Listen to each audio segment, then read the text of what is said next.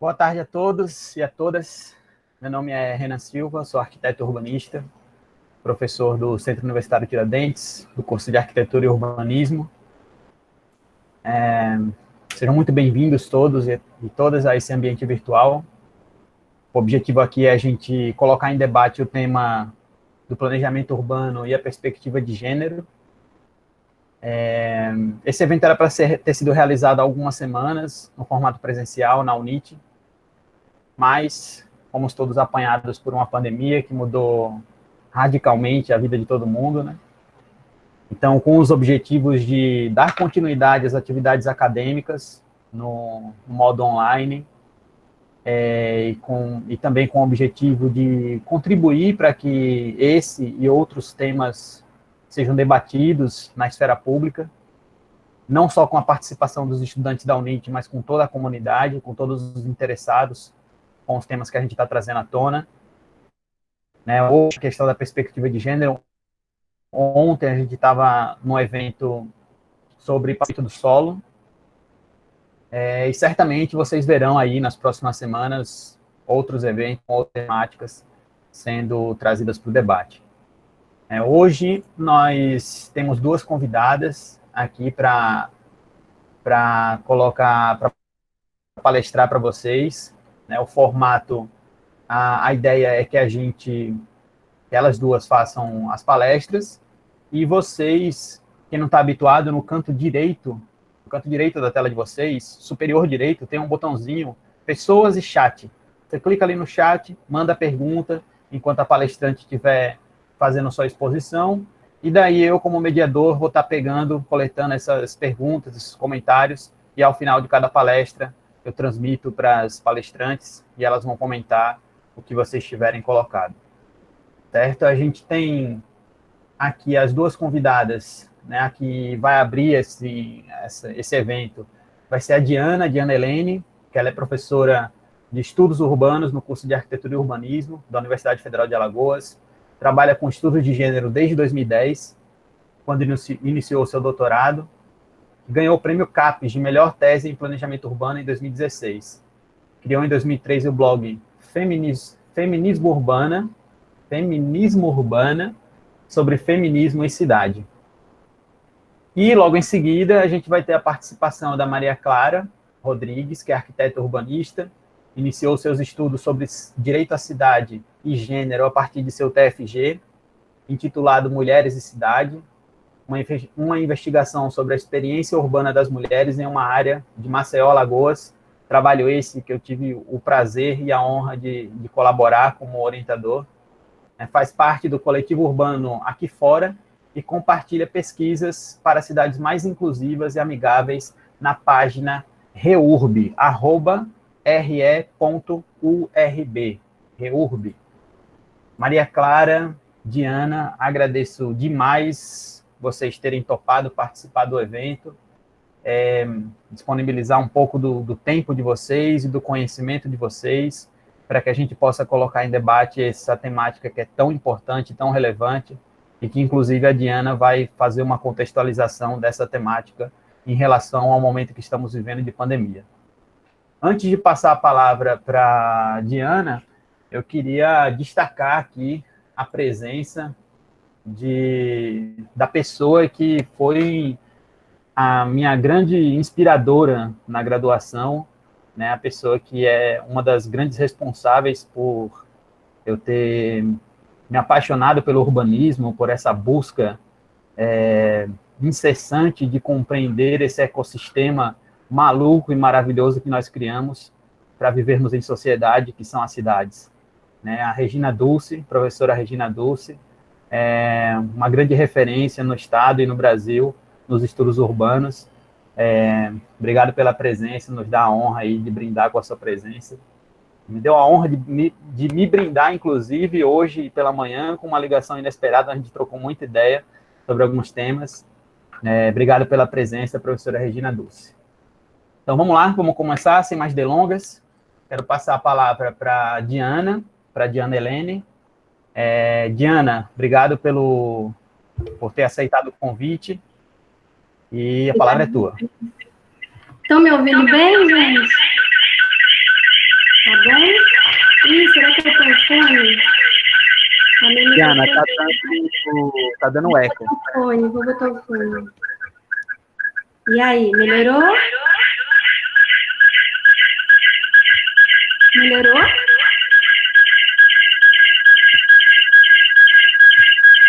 Não, tá com eco ainda. Vê se agora melhorou. Melhorou? Agora sim.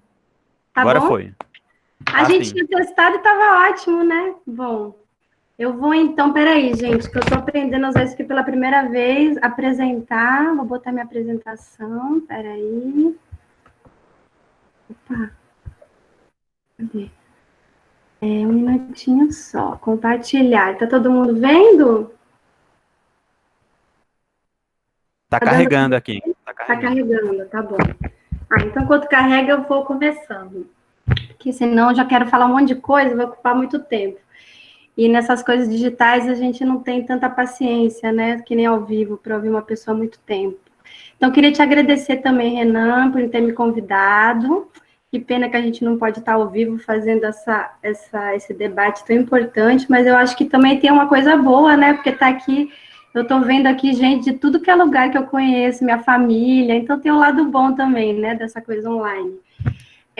Mas, enfim, como o Renan já falou, né, eu pensei em falar um pouquinho, lógico, sobre cidade e gênero, mas falar um pouquinho também mais centrado na situação atual, né, que é difícil, que acho que está dominando a nossa cabeça, com o nosso coração, esse tema do coronavírus, né, então eu vou acabar falando bastante disso. Eu também fui convidada pelo CAU, lá do Rio, para fazer um texto sobre coronavírus, gênero e cidade. Então, eu aproveitei esse texto, que foi entrega, foi domingo, para preparar essa apresentação, né? Então, eu vou começar, deixa eu ver aqui, peraí, gente. Vou começar passando uma imagem aqui de um post, né, que eu fiz nesse blog que o Renan falou, né, que é o Feminismo Urbano, que está aqui, ó, na primeira página, se vocês quiserem pegar, eu posso passar o link depois no bate-papo. Era um post, né, sobre as cenas fantasmagóricas do espaço doméstico, que eu botei algumas imagens de artistas feministas. Essa aqui é a Bridget Johnson, né, ela está ali presa numa área doméstica, com um avental de dona de casa, e ela escreveu em alemão, ali no vidro, eu quero sair daqui, né.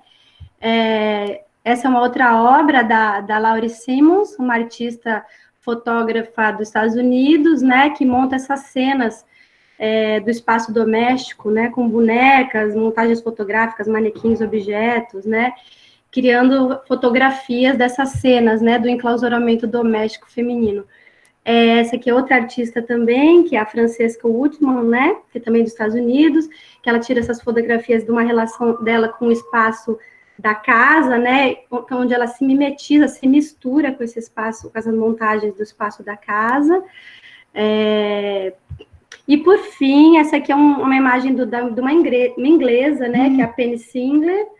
E é isso, essas imagens, né, do confinamento feminino, tanto ao espaço doméstico, quanto às tarefas, né, relacionadas ao espaço doméstico, de cuidados, as tarefas que a gente chama de reprodutivas, é uma temática clássica da arte feminista, né, mas toma outra dimensão no contexto atual, né. Eu acho que quando eu vi essas imagens nesse contexto que a gente está hoje, a gente tem outra relação com essas imagens, né, nessa situação de isolamento a nível global. E segundo pesquisas recentes, né, aliás, eu atualizei esses slides várias vezes, porque toda hora, saiu ontem um estudo sobre gênero e os impactos da pandemia, então toda hora eu estou atualizando, os dados são muito recentes, né, mas eles já estão apontando, né, que os impactos do coronavírus afetam muito mais as mulheres, ainda mais se elas forem mulheres racializadas, pobres, em situação de alojamento precário, ou fora da norma, né, cis heterossexual, né, então elas estão pagando os custos mais altos dessa crise, né, e aí eu vou apresentar um pouquinho desses dados. Então, a primeira coisa que a gente tem que levar em conta é que aumentou de forma exponencial as necessidades de cuidado, né, tanto em função dos doentes, como também com a interiorização, né, daqueles que são cuidados, né, idosos ou crianças, ao lar unifamiliar, né. Então, o fechamento de escola e de creche, né, e a necessidade do isolamento residencial. E no Brasil, aí eu trouxe uns dados antes da pandemia, as mulheres já trabalhavam, em média, 8 horas a mais que os homens, e no contexto atual, se a gente pensar, por exemplo, sei lá, uma pessoa que tinha, a minha filha, ficava na creche 8 horas por dia, né, na semana inteira ficando em casa, isso vai aumentar 40 horas a mais de trabalho na semana, e provavelmente quem vai tomar esse trabalho de cuidar dessa criança vão ser as mulheres, né, porque mulheres e meninas, né, e são dados do mundo todo, principalmente aquelas que estão mais marginalizadas em situações de pobreza, né, dedicam gratuitamente 12 milhões de horas todos os dias ao trabalho de cuidar. E é bem importante ressaltar que no caso, principalmente do Brasil, né, quanto maior a renda das mulheres no Brasil, mais esses serviços de cuidado são exteriorizados a outras mulheres, né, as trabalhadoras domésticas, que no Brasil, elas são 3,7 milhões de... A minha filha, gente, chegou no meio da apresentação. Meu amor, agora não dá, tá bom? Aí, ó, minha filha tá em casa aqui, ó. Tá dando um exemplo físico aqui na apresentação. As trabalhadoras domésticas, que nem eu estava falando, elas são, no Brasil, 3,7 milhões, 5,7 milhões de mulheres no Brasil trabalham como domésticas, e dessas, quase 4 milhões, 3,7, são mulheres negras, né? E são geralmente elas, né, essas mulheres que estão ocupando a maior parte dos empregos informais nessa atividade, né? Então, o trabalho doméstico no Brasil, ele tem gênero, ele tem cor e tem classe, né? A classe trabalhadora, né, é a classe que cuida, né? A classe trabalhadora é a classe que cuida no nosso país e em vários países do mundo, né? Essa capa do Le Monde eu achei maravilhosa para a gente entender como essa relação de cuidado, se a gente faz a interface de classe, gênero e raça, né, pode ser visualizada no contexto da pandemia atual, né? Bom, e isso vai ter implicações várias, né, que a gente já está vendo em várias notícias, né, dessas trabalhadoras domésticas que acabam ficando suscetíveis a essas atividades de cuidados, isoladas em residências com pessoas doentes, por exemplo, como esse exemplo que eu estou mostrando, né, e elas vão enfrentar, então, 2 problemas específicos, né, primeiro, é o aumento do trabalho de cuidado dentro da residência. E o segundo é a possibilidade de perda de renda, né, quando elas são solicitadas a parar de trabalhar. Se pensar em formalidade nesse trabalho, então, isso piora mais ainda, porque não vai ter nenhum direito depois disso.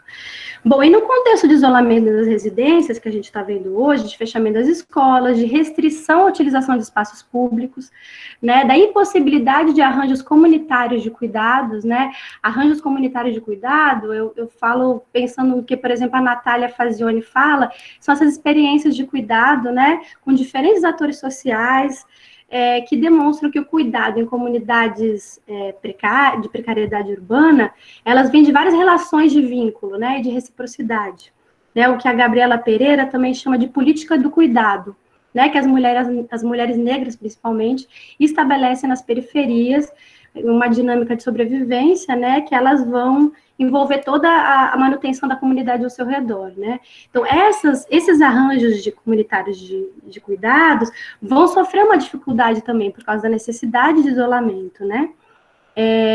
E o que vai acontecer é que todos esses dados que eu já falei antes vão aumentar muito mais, né? E essas atividades que vão ser acumuladas vão ser somatizadas, via de regra, nas mãos da representante adulta do sexo feminino dentro da residência, né? A esposa, a mãe, a doméstica, né? E para além dos ônus nessas atividades dentro do núcleo familiar, também preciso considerar que a maior parte dos trabalhadores que vão lidar diretamente com o cuidado da doença também são mulheres, né? Por exemplo, dados, né? No Brasil, 70% de todo o quadro de profissionais de saúde e dos enfermeiros, 84%, né, e técnicos de enfermagem, são mulheres, né? Maioria mesmo, né? Maioria gritante. As cuidadoras, as pessoas que trabalham, né, com cuidado no Brasil, né, também 95% são mulheres, né, e no caso de idoso, 85%, né? Então, as pessoas que vão lidar diretamente com a doença também são mulheres, né? E aí, durante o surto da ebola, por exemplo, né, na África Ocidental, já tem dados mostrando que as mulheres foram muito mais infectadas pelo vírus, porque estavam nas esferas tanto do cuidado quanto da saúde. E é importante dizer também que todos os serviços domésticos, educacionais, comunitários, de saúde, são as atividades, né, que tem muita informalização, são informais muitas delas, mal remuneradas, desvalorizadas, né, as que são mais mal remuneradas e desvalorizadas no mundo do trabalho, né, as atividades de cuidado, onde a trabalhadora doméstica é a mais vulnerável, principalmente pela baixa remuneração. Bom, aí outro dado importante para quando a gente fala de cidade é pensar que a pandemia também vai afetar de forma muito mais incisiva os bairros negros, né? Ou bairros e comunidades onde se sobrepõem tanto injustiças ambientais, né? Como a poluição do solo, da água, do ar, como a falta de saneamento básico, né? Revelando uma associação, eu botei essa foto exatamente para mostrar uma foto super recente também, de uma militante do movimento de moradia do Pará, falando, olha, eu tenho aqui meu álcool gel, minha máscara, mas não tenho saneamento básico, né? Bom, então, isso tudo vai demonstrar uma associação entre a pandemia e o racismo ambiental e estrutural, né? Já tem vários dados, né, esse é um dado do Brasil, que estão mostrando, né, que em países, por exemplo, como Estados Unidos, dados dos Estados Unidos, que a pandemia está um pouco mais avançada lá, e no Brasil, né, países que são marcados pela escravidão, já tem dados mostrando que os negros nesses países morrem mais da doença, né, principalmente porque pela precariedade, né, que essas populações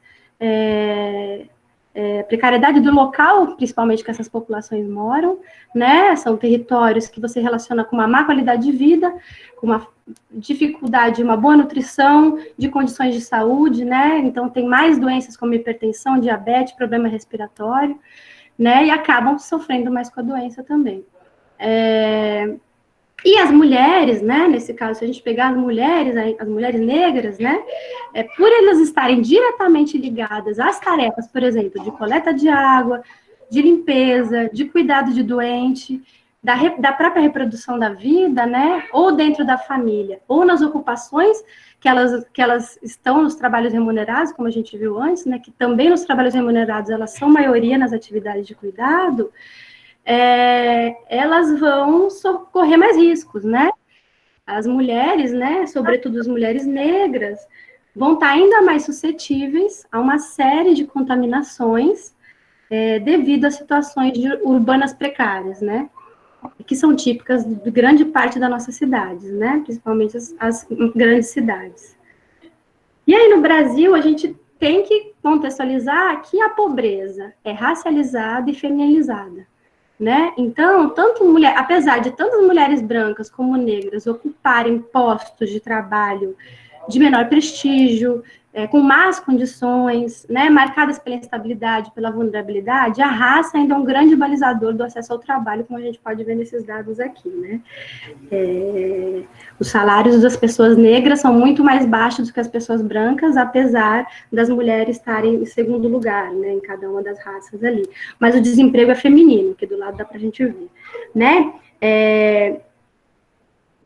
O desemprego e o trabalho informal vão ser, né, os mais afetados com essa crise, né? O trabalho informal é o trabalho que vai ser mais impactado, né? E nesse sentido, também a estagnação econômica, né? A falta de circulação de pessoas na cidade vai afetar essas populações vai impactar muito mais essas populações, né? Para muitas mulheres empurradas para a informalidade, a rua é um espaço fundamental de geração de renda, né?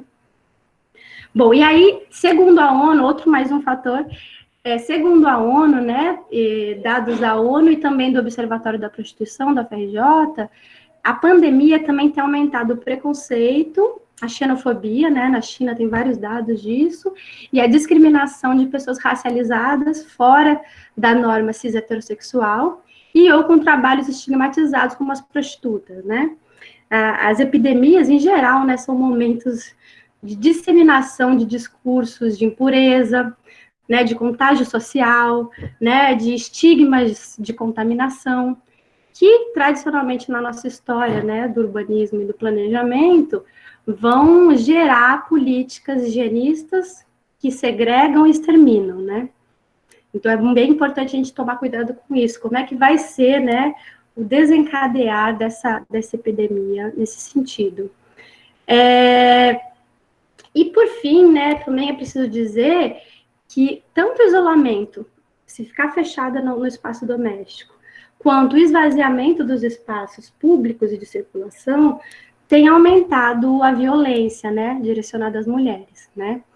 Se a casa já era, eu tenho os dados aqui, um local onde prevalecia os maiores números de violência e mortes, né, de mulheres no Brasil, importante dizer, na maior parte realizada pelos parentes, né, pelas pessoas próximas, companheiros e ex-companheiros, os dados apontam essa domesticidade da violência feminina contra as mulheres, né, violência contra as mulheres.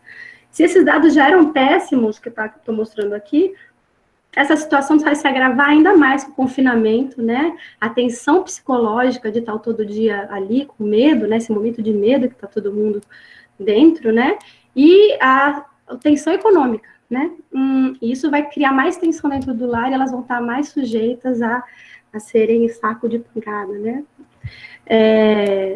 Nesse contexto de patriarcal de violência que a gente já tem no nosso país, né? E já tem dados mostrando, né? Na China, aumentou 3 vezes os casos de violência contra mulheres, 3 vezes. Na Argentina, dados super recentes, aumentou, já começou, né, tá mais ou menos como a gente, aqui um pouquinho mais para frente a Argentina, mas está mais ou menos no mesmo nível, já aumentou 30% dos chamados. No Brasil, no Rio de Janeiro, aumentou 50%, 30% em São Paulo, e no Mato Grosso tem esses dados aqui de que aumentou 600% e já aumentou o estupro também, né? Que aí a gente falando também da questão do esvaziamento do espaço público, que se torna mais perigoso para circular, né? Então as mulheres vão estar mais sujeitas também nesse momento de violência, de esvaziamento, né? De controle social coletivo daquele espaço. E, bom, perante essa problemática, né, tem várias possibilidades de políticas públicas, né, emergenciais, que têm que ser acionadas, né, para minimizar tanto os impactos nas pessoas mais vulneráveis, né, que aí tem vários. Aí tem a renda mínima, que está sendo efetivada de uma maneira bem precária, que a gente pode discutir isso depois, né, que vai ser fundamental para as pessoas com vulnerabilidade econômica, né, que a gente já viu que são mulheres e pessoas negras, né, um auxílio mais efetivo à violência doméstica, né, dentro de casa talvez seja mais difícil de acessar socorro, né, porque você vai estar sob os olhos do agressor, né, então criar mecanismos silenciosos ou discretos. Na França criaram um mecanismo de você fazer a denúncia na farmácia, você vai comprar e ali você faz a denúncia, né, abrigos temporários, são fundamentais os abrigos temporários, né, tem uma campanha aqui no Brasil de abrigos temporários em hotéis, né, mas na França, por exemplo, eles estão fazendo abrigos temporários voltados para as mulheres, não só para elas, mas com enfoque, porque tem um adicional na necessidade de casa, né, muitas mulheres continuam morando com o agressor porque não tem para onde ir, principalmente aquelas que têm filhos, né, principalmente por causa da vulnerabilidade econômica, as mulheres ficam dependentes econômicas e não saem de uma situação de violência. Se não tiver outra opção, elas vão continuar lá. Então, os abrigos temporários são fundamentais. E no caso do Brasil, a gente tem que levar em conta, né, que a reforma urbana é uma necessidade urgente nesse momento, né? Se a gente tem 7 milhões de pessoas em déficit habitacional, né, de 7 milhões de pessoas, que quer dizer o quê? Que são 7 milhões de pessoas que estão morando de forma extremamente precária, ou seja, com possibilidade de tanto propagar essa doença entre si, como aumentar a possibilidade dessa doença crescer para todo mundo, né? E a gente tem, ao mesmo tempo, 6 milhões de imóveis vazios, né, onde 85% deles podiam ser ocupados agora, a reforma urbana seria uma solução ótima, né, para os problemas que a gente tem de precariedade habitacional no nosso país, que são gigantes, né, e para as mulheres seria importantíssimo também, né, a gente sabe que o acesso à terra e à moradia para as mulheres tem um fator essencial, principalmente relacionado às atividades que elas cumprem nesse sistema patriarcal de cuidado de crianças e de outros, né, então o teto é muito mais importante para elas do que para os homens, né. Só ver os movimentos de moradia, como tem a presença massiva de mulheres. Esse slide era para ter falado antes, né? Mas é isso, o acesso à posse é fundamental para as mulheres, né? É isso, eu coloquei essa frase aqui. Enquanto eu não tinha um teto para colocar meus filhos, eu nunca levantei a voz para ele. Eu entrei no movimento de moradia esperando esse dia, o dia que eu pudesse não depender mais dele e ter um lugar para colocar meus filhos. Agora ele não encosta a mão mais em mim. Então, a reforma urbana é fundamental nesse momento de crise, né, para colocar as pessoas em um teto decente para poder se cuidar e não propagar a doença, e também para as mulheres tem um fator a mais, né, em função da dependência econômica e da sua esfera de cuidado. Bom, e aí, essas políticas todas que eu estava falando antes, são políticas que há muito tempo os movimentos sociais estão pleiteando, né? Na verdade, todas essas que eu falei, né? A renda básica, a reforma urbana, abrigos, melhorar o sistema de socorro de violência de gênero, né?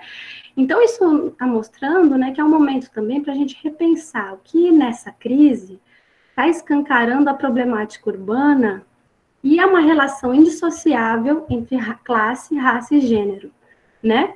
Está escancarando essa relação quando a gente apresenta esses dados, né? E aí é bom, eu botei aqui rapidamente só para a gente pensar como modelo de produção capitalista, da supremacia branca e do patriarcado, deu origem a uma certa maneira de urbanizar, de um certo tipo de cidade, que ao espacializar essas estruturas, né, na cidade, ele estabeleceu uma separação hierárquica entre trabalho, moradia, produção, consumo, público-privado, a partir de uma divisão sexual e racial do trabalho, né?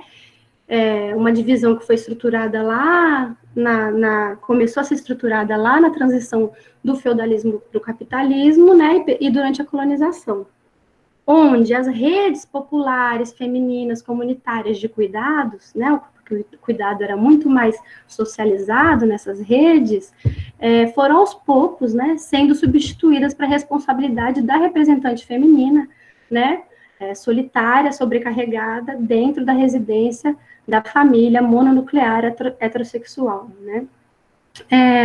Eu trouxe umas imagens aqui que eu vou passar rapidinho, mas só para a gente ver, né, isso é bem no século XIX, que é quando essas formas de habitar a cidade estavam se estruturando, né, e a gente dá para ver essas imagens, né, do isolamento doméstico, né, mas também dentro da residência tem uma hierarquização de papéis de gênero também, né. Aqui o home office, né, o home office do século XIX, eu imagino como estão as casas também, né, nesse nosso isolamento, se não estão assim, as mulheres fazendo isso, os homens fazendo isso, espero que não. Mas, é importante a gente dizer também que nessas separações e hierarquias que eu falei antes, os espaços, as atividades relacionadas à reprodução da vida vão passando a ser preteridos, né, em relação às outras tarefas de produção, né? Então, as intervenções urbanas vão reforçar as desigualdades, né? Porque elas vão tradicionalmente ser pensadas para a produção capitalista, né? Então, o fluxo de mercadorias, a circulação de trabalhadores, né, o lucro, em detrimento das tarefas relacionadas à reprodução da vida, as tarefas reprodutivas. Eu gosto muito dessa citação da Angela Davis, né, que ela não está falando de cidade exatamente, mas acho que dá para a gente usar ela para pensar a cidade, que ela está falando do primitivismo obstinado direcionado ao trabalho doméstico, né? Então, se a gente pensa, sei lá, que o Sérgio Ferro falava, né, do baixo desenvolvimento tecnológico, dos canteiros de obra, porque a mão de obra do operário era tão barata que não valia a pena desenvolver aquele trabalho tecnologicamente, né? Porque era tão barato, né? Então ficou um trabalho muito artesanal, né? Mas se a gente pensar isso para o trabalho doméstico, isso é pior ainda, né? O trabalho doméstico, né, ela fala aqui, se manteve em termos qualitativos inalterados pelos avanços tecnológicos.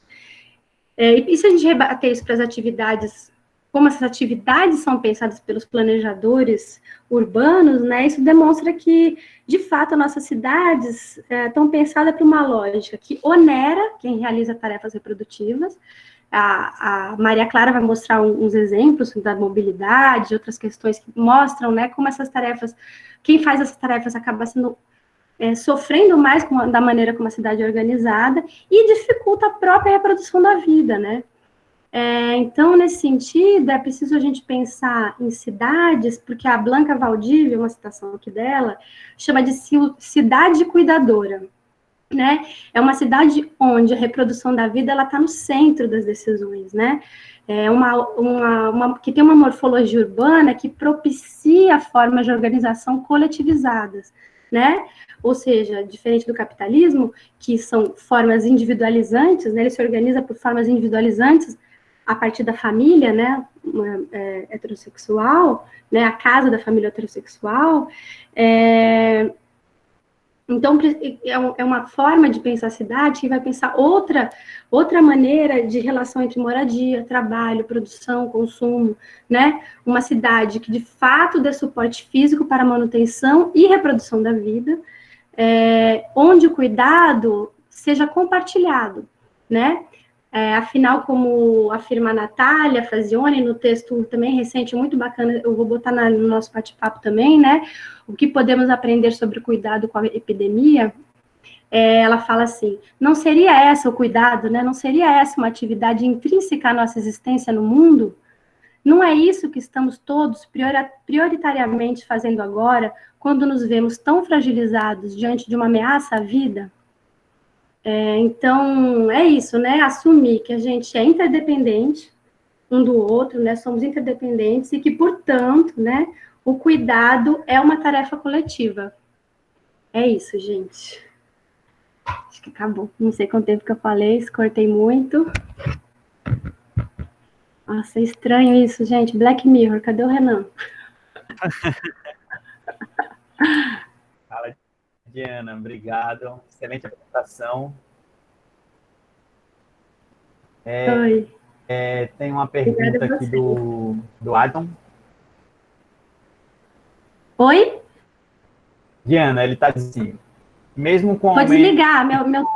Vou ler para você uma pergunta que foi feita aqui pelo... é para já perguntar para respostas e perguntas? Tá bom. Diga. Eu vou ler uma pergunta, daí você comenta. Do Adson, ele diz assim, Diana, mesmo com o aumento dos casos de violência sexual, o que leva a muitas denúncias são tardias, o tabu influencia na questão. Pessoal, esse é o momento, enquanto a Diana comenta essa pergunta do Adson, quem tiver alguma pergunta, algum comentário, coloca aí no chat, que assim que ela terminar de comentar essa questão aí que o Adson levantou, eu passo para ela o que vocês tiverem colocado. Tá, eu tô com o microfone aberto? Tô, né? O Adson, é o seguinte, tá aumentando a prisão, sim. Eu vou pegar para você esse relatório que saiu recente, saiu ontem, sobre gênero e pandemia no Brasil, e um dos dados que tem é que aumentou o número de prisões em flagrante. Aumentou, por exemplo, o número de prisões em flagrante de violência de gênero durante a pandemia, dos dados anteriores. Então, estão prendendo, sim. Mas é isso, é uma situação que, se não tiver uma política pública efetiva, vai poder acontecer, né, chegar ao nível de um assassinato, por exemplo, se não tiver como a pessoa socorrer. Imagina ela presa dentro de casa, não consegue ligar para socorro, né? Tem que ter uma campanha, né, de as pessoas ouvirem. Tem que ter uma campanha maior, né? Coisa que a gente não tem, mas está aumentando prisão, sim, dos casos que conseguem ser denunciados, inclusive isso é um dos dados. Eu vou passar aqui no link, depois que a Ana Maria Clara estiver falando, eu vou passar no nosso bate-papo os links, tá?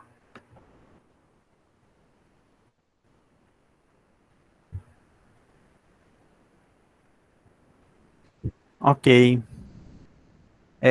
Mais alguém, gente? Alguma pergunta ou comentário? Não, né?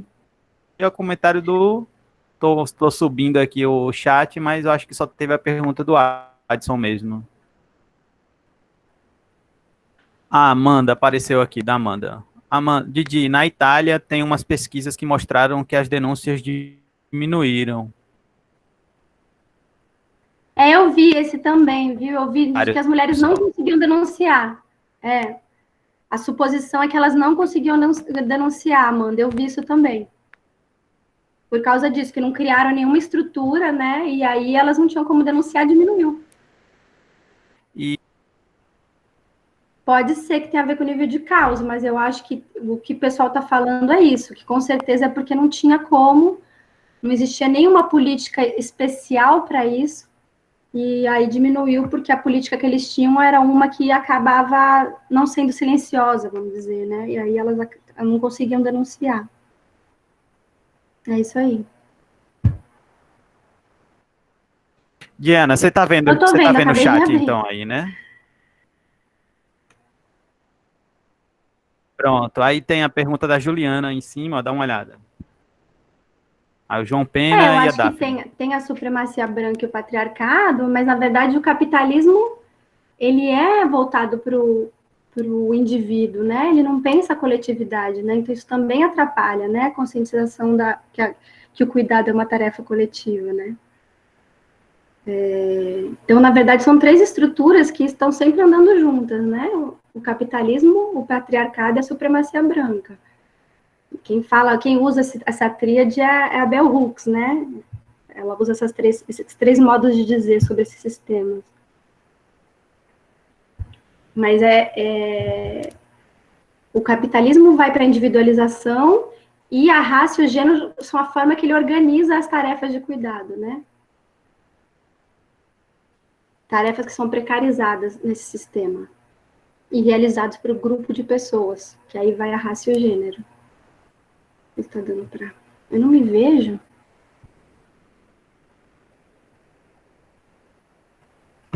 Alô?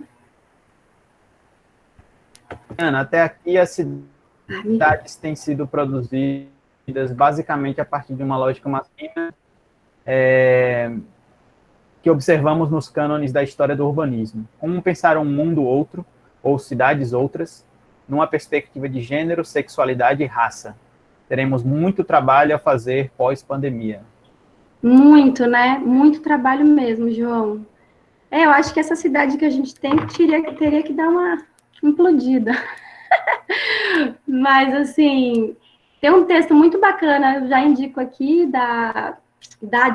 do Paul Preciado, que ele fala no final do texto dele sobre a pandemia, né? Ele fala no final do texto dele que a gente tem que pegar os aprendizados das comunidades que estão resistindo aí, né? Então, as comunidades populares, que aí a gente vê que o trabalho é muito mais coletivizado, é o que eu estava falando antes, né? Como nessas comunidades, né? Os cuidados são muito mais coletivizados, né? Estruturas que, por estarem não tão inseridas no sistema capitalista, né?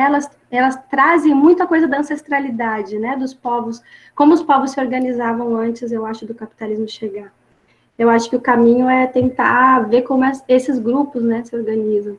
Mas, realmente, do jeito que as nossas cidades são estruturadas, é complicado, né? Tem um artigo meu que eu também escrevi, que eu falo de um quando chegou a água no sertão lá da Paraíba, né? A água chegou e antes elas iam buscar água todas juntas, né, as mulheres. E aí a água chegou, cada uma com a sua torneira dentro de casa. Eu conversando com uma pessoa lá, ela foi me contando. Pô, que bom, não tem mais que andar quilômetros para pegar água, né? Imagina, super precária era antes, né? Aí ela começou, pô, mas nunca mais falei com fulana, nunca mais encontrei fulana, cada uma com a sua torneira, sua TV dentro de casa, ninguém mais se vê. Né? Então tem uma coisa da estrutura, sabe? Da estrutura das cidades, que ela não propicia a coletividade, né? Então teria que ser outra maneira de pensar a cidade mesmo. Outra forma de cidade, né? Eu acho.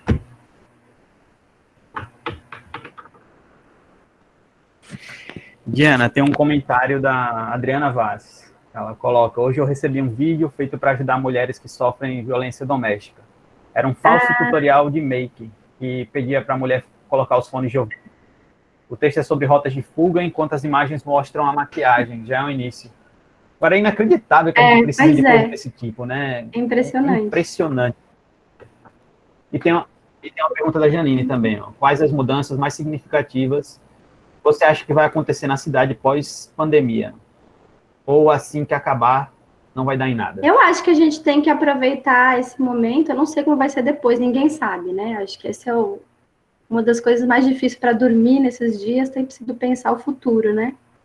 Mas eu acho que a gente pode tentar algumas conquistas, né? Que é isso que eu falei antes, né? Várias dessas políticas emergenciais, na verdade, são políticas que há muito tempo os movimentos sociais estão pleiteando, né? E nesse momento de pandemia fica evidente. Se a gente, isso é a reforma urbana, né? Que é um espaço que eu milito há muitos anos, né? Quando a gente vê as pessoas numa precariedade absurda, sujeitas a essa doença que é violentíssima de uma forma muito mais desleal, e um monte de imóvel vazio no nosso país, fica óbvio que isso é incongruente, né? Então eu acho que é um momento de tentar pleitear algumas lutas, né, que vão ser fundamentais para evitar a propagação da doença nesse momento e vão melhorar a vida. Que é isso, a forma como essa sociedade organiza propicia, né, que essa doença seja devastadora no nosso país, né.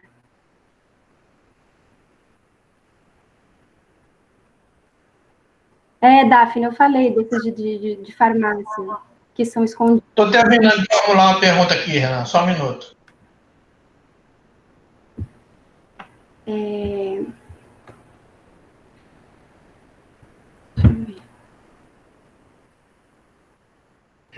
Gente, vamos passar a fala para a Maria Clara, daí quem tiver mais perguntas, se a Diana puder ficar aí até o final, aí ela comenta no final, tá bom? Para a gente não atrasar muito a fala da Clarinha também. Mas a pergunta da Amanda ali é boa para a gente pensar depois, o paradoxo. Também acho, Amanda. Vamos lá. Vou fechar meu microfone aqui.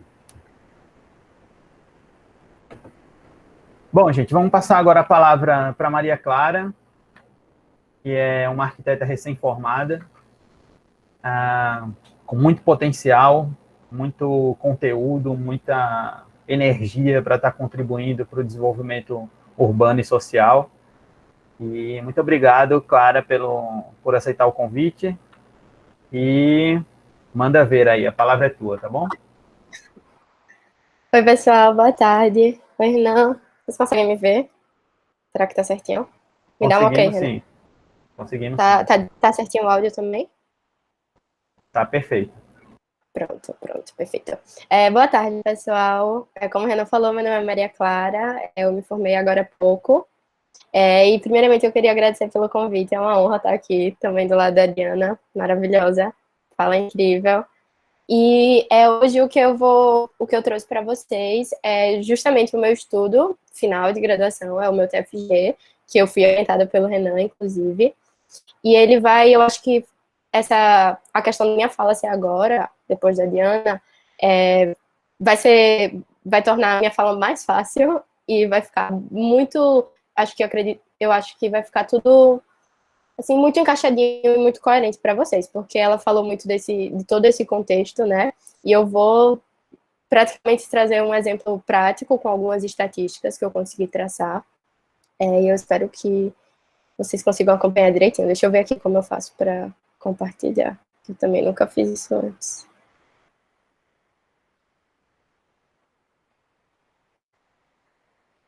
Tá certinho para vocês? Renan, Eita, saiu. Tá carregando aqui, Clara. Me disse abrir. Apareceu. Tá certinho? Tá aparecendo a tua apresentação e você também. Pronto.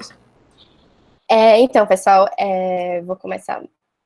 Esse meu estudo, que eu vou compartilhar agora, como eu falei, né, foi meu trabalho final de graduação, e as minhas principais motivações para desenvolver esse estudo foram algumas inquietações pessoais, enquanto mulher, primeiramente, né, usuária da cidade, eu me desloco muito de bicicleta.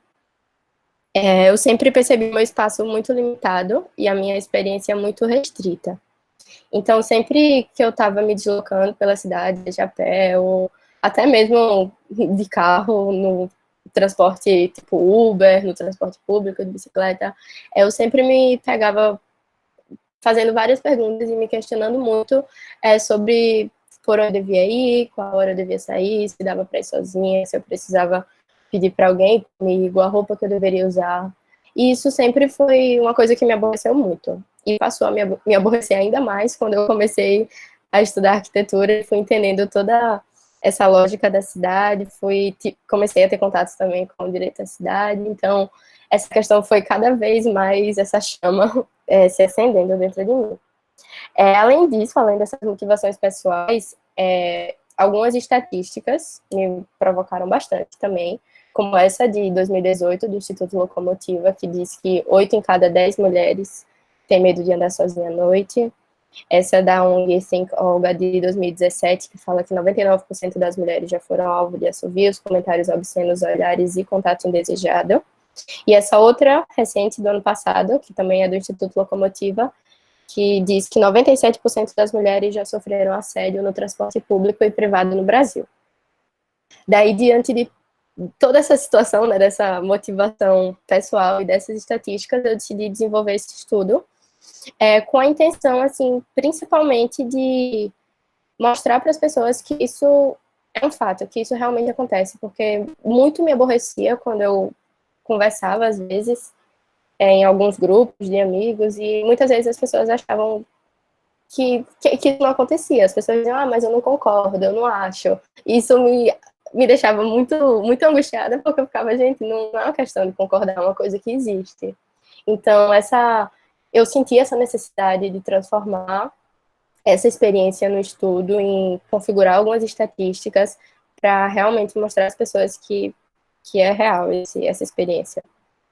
E aí, nesse estudo, meu objetivo central foi justamente esse, de analisar essas relações de gênero e planejamento urbano em um perímetro de estudo aqui de Maceió, Alagoas.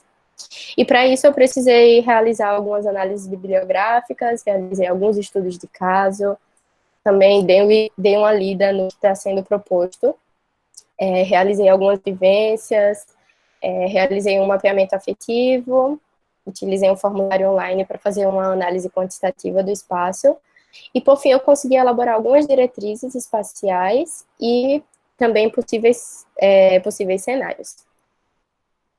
E aí, para dar uma base para o estudo, para eu poder ir para a parte prática mesmo e mostrar a vocês os resultados e o que eu encontrei, tem alguns conceitos que nortearam a minha pesquisa. O primeiro deles é o direito à cidade, que ele é definido pela nossa Constituição, né, de 1988, e ele garante que todas as pessoas, ele é a garantia de que todas as pessoas têm de usufruir da estrutura e dos espaços públicos da cidade.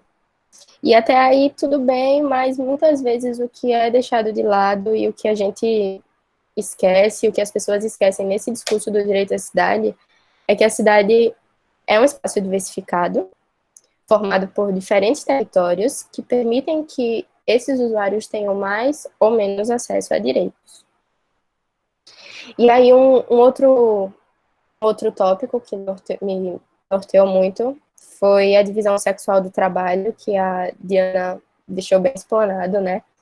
Então, eu tive uma busca de interpretar, de fato, toda essa lógica de produção dessa cidade, as formas de poder, a construção cultural. E aí eu cheguei à conclusão de que a cidade é, de fato, palco de reprodução de todas as nossas práticas culturais e que ela vai estar a todo momento reproduzindo todas essas práticas.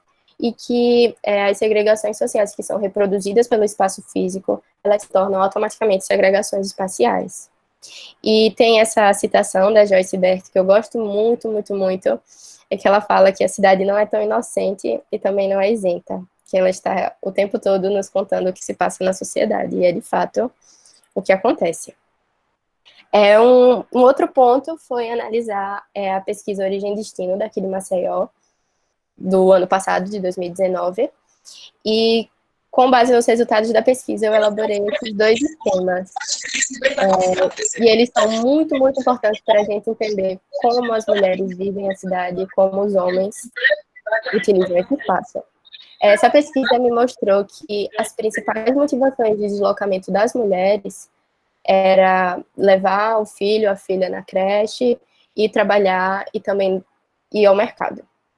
E a pesquisa também me contou que a maioria desses deslocamentos eram feitos por transporte não motorizado e também pelo transporte coletivo. Então, nessa primeira ilustração que eu fiz, a gente consegue ver que o deslocamento da mulher, ele não é linear, né, como mostra o do homem de baixo. Então, a mulher, ela vive a cidade de uma maneira muito diferente, porque não é só essa relação casa-trabalho. Antes disso, ela leva o filho no médico, ela leva o filho na escola, leva alguém no médico, passa para comprar uma coisa que está faltando em casa. E aí, todo esse deslocamento gera uma relação muito mais próxima, eu diria, da mulher com a cidade. Então, muitas vezes, as mulheres conseguem dizer muito mais: eita, abriu uma loja nova, tem um mercadinho novo, tem uma padaria nova, tal lugar está reformando, justamente por essa vivência mais próxima com esses espaços. Enquanto isso, a pesquisa também me mostrou que a principal motivação do deslocamento do homem é o trabalho formal, né, remunerado, e esse deslocamento, na maioria das vezes, é feito pelo transporte individual. E ainda a mesma pesquisa, eu pude ver que 26% dos deslocamentos das mulheres é feito pelo transporte coletivo aqui em Maceió, enquanto que esse deslocamento é feito por 18% dos homens, e o transporte não motorizado é utilizado por 41% das mulheres, enquanto que 34% pelos homens. E, em contrapartida, a pesquisa me mostrou que os homens utilizam muito mais, como eu tinha falado anteriormente, né, esse deslocamento ele é feito, na maioria das vezes, pelo transporte individual.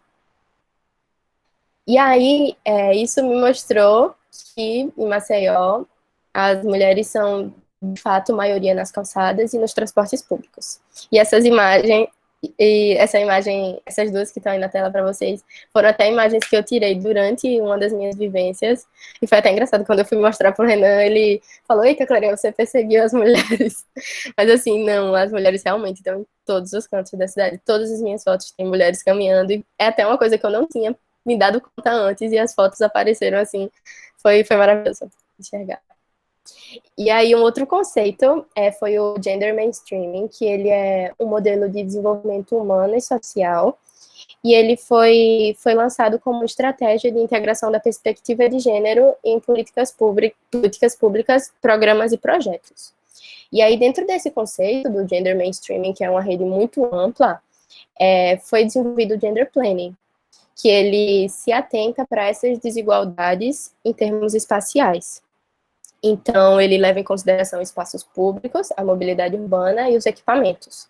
E desde o fim dos anos 90, mais de 60 projetos pilotos eles foram aplicados em cidades ao redor de todo o mundo, tendo mais destaque em Viena e em Berlim.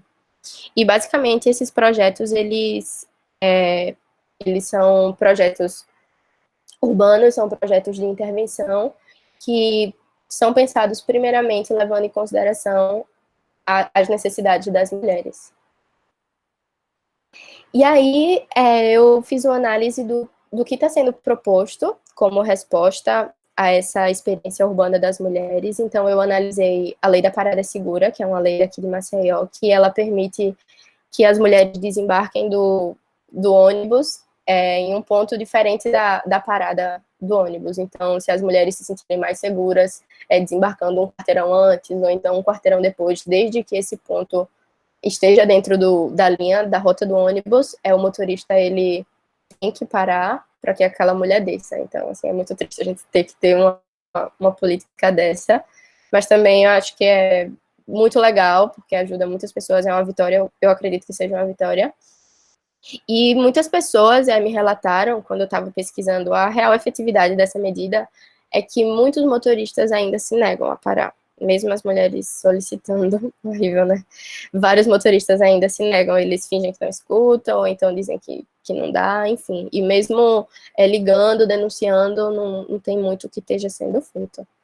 E também tem o vagão exclusivo para as mulheres, que, assim, onde passa, ele gera uma série de debates. Tem pessoas que condenam terrivelmente, tem pessoas também que defendem com unhas e dentes. E, assim, eu acho que, da mesma maneira que a lei da parada segura, ela vem para somar em alguns aspectos, eu acredito também no vagão exclusivo, porque quando eu estava analisando essa política, eu penso muito nas mulheres que não têm outra opção de deslocamento. Então, assim, eu sou privilegiada, então eu consigo me deslocar de outras maneiras, mas eu imagino, por exemplo, a mulher que tem que se deslocar da periferia para o centro todos os dias para trabalhar e tem que enfrentar um transporte muito cheio, muitas vezes em condições não tão adequadas e não tão legais, elas precisam de uma medida para se proteger. Mas, além de tudo, a conclusão maior que eu cheguei é que essas medidas são medidas afirmativas imediatas, que elas trazem certo resultado a curto prazo, mas de que nada, estruturalmente falando, que de nada elas vão adiantar se elas não fizerem parte de um processo de criação de uma solução a longo prazo. Então, elas são importantes, mas o que está sendo pensado por trás delas? É importante a gente questionar isso. E aí, partindo para a minha área de estudo, é uma areazinha na planície litorânea de Maceió, que ela compreende alguns trechos do bairro de Cruz das Almas, Jatiuca e Mangabeiras. E para quem é daqui de Maceió, eu vi que tem um pessoal de fora, só para localizar vocês um pouquinho melhor, essa linha em rosa é a Avenida Comendador Gustavo Paiva, essa em verde é a Avenida João Davino, e ali aquele trechozinho perto do número 5 e do número 6 é a orla, naquela parte do Hotel Jatiuca. E aí, fazendo uma análise da minha área de estudo, eu cheguei à conclusão de que é uma localização extremamente privilegiada, com características bem diversificadas e com problemáticas bem evidentes. E aí, as principais problemáticas que eu encontrei foi a monotonia espacial, nessa primeira imagem, uma grande concentração de veículos automotores, espaços subutilizados, baixa vitalidade das ruas totalmente muradas e o abandono. Traduzido, esse abandono eu traduzi ele como edificações abandonadas e também terrenos vazios.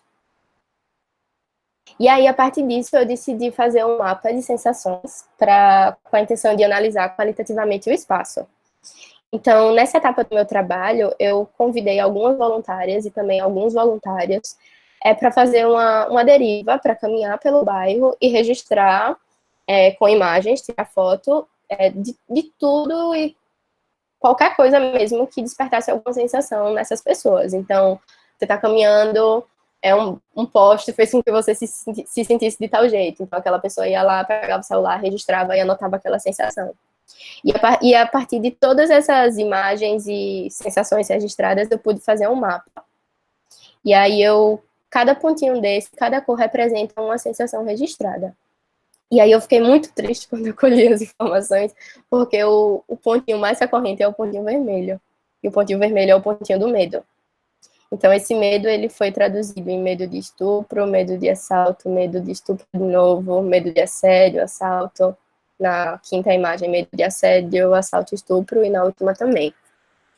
E aí, a segunda sensação mais recorrente foi a vulnerabilidade. E esses outros registros, eles mostram todas as, assim, eu diria meio que entre aspas, todas as sensações negativas que as pessoas tiveram vieram através dessas imagens. E essas sensações, elas foram traduzidas enquanto medo, vulnerabilidade, desconforto, tristeza, insegurança, pânico, indignação, desprezo, raiva e calor.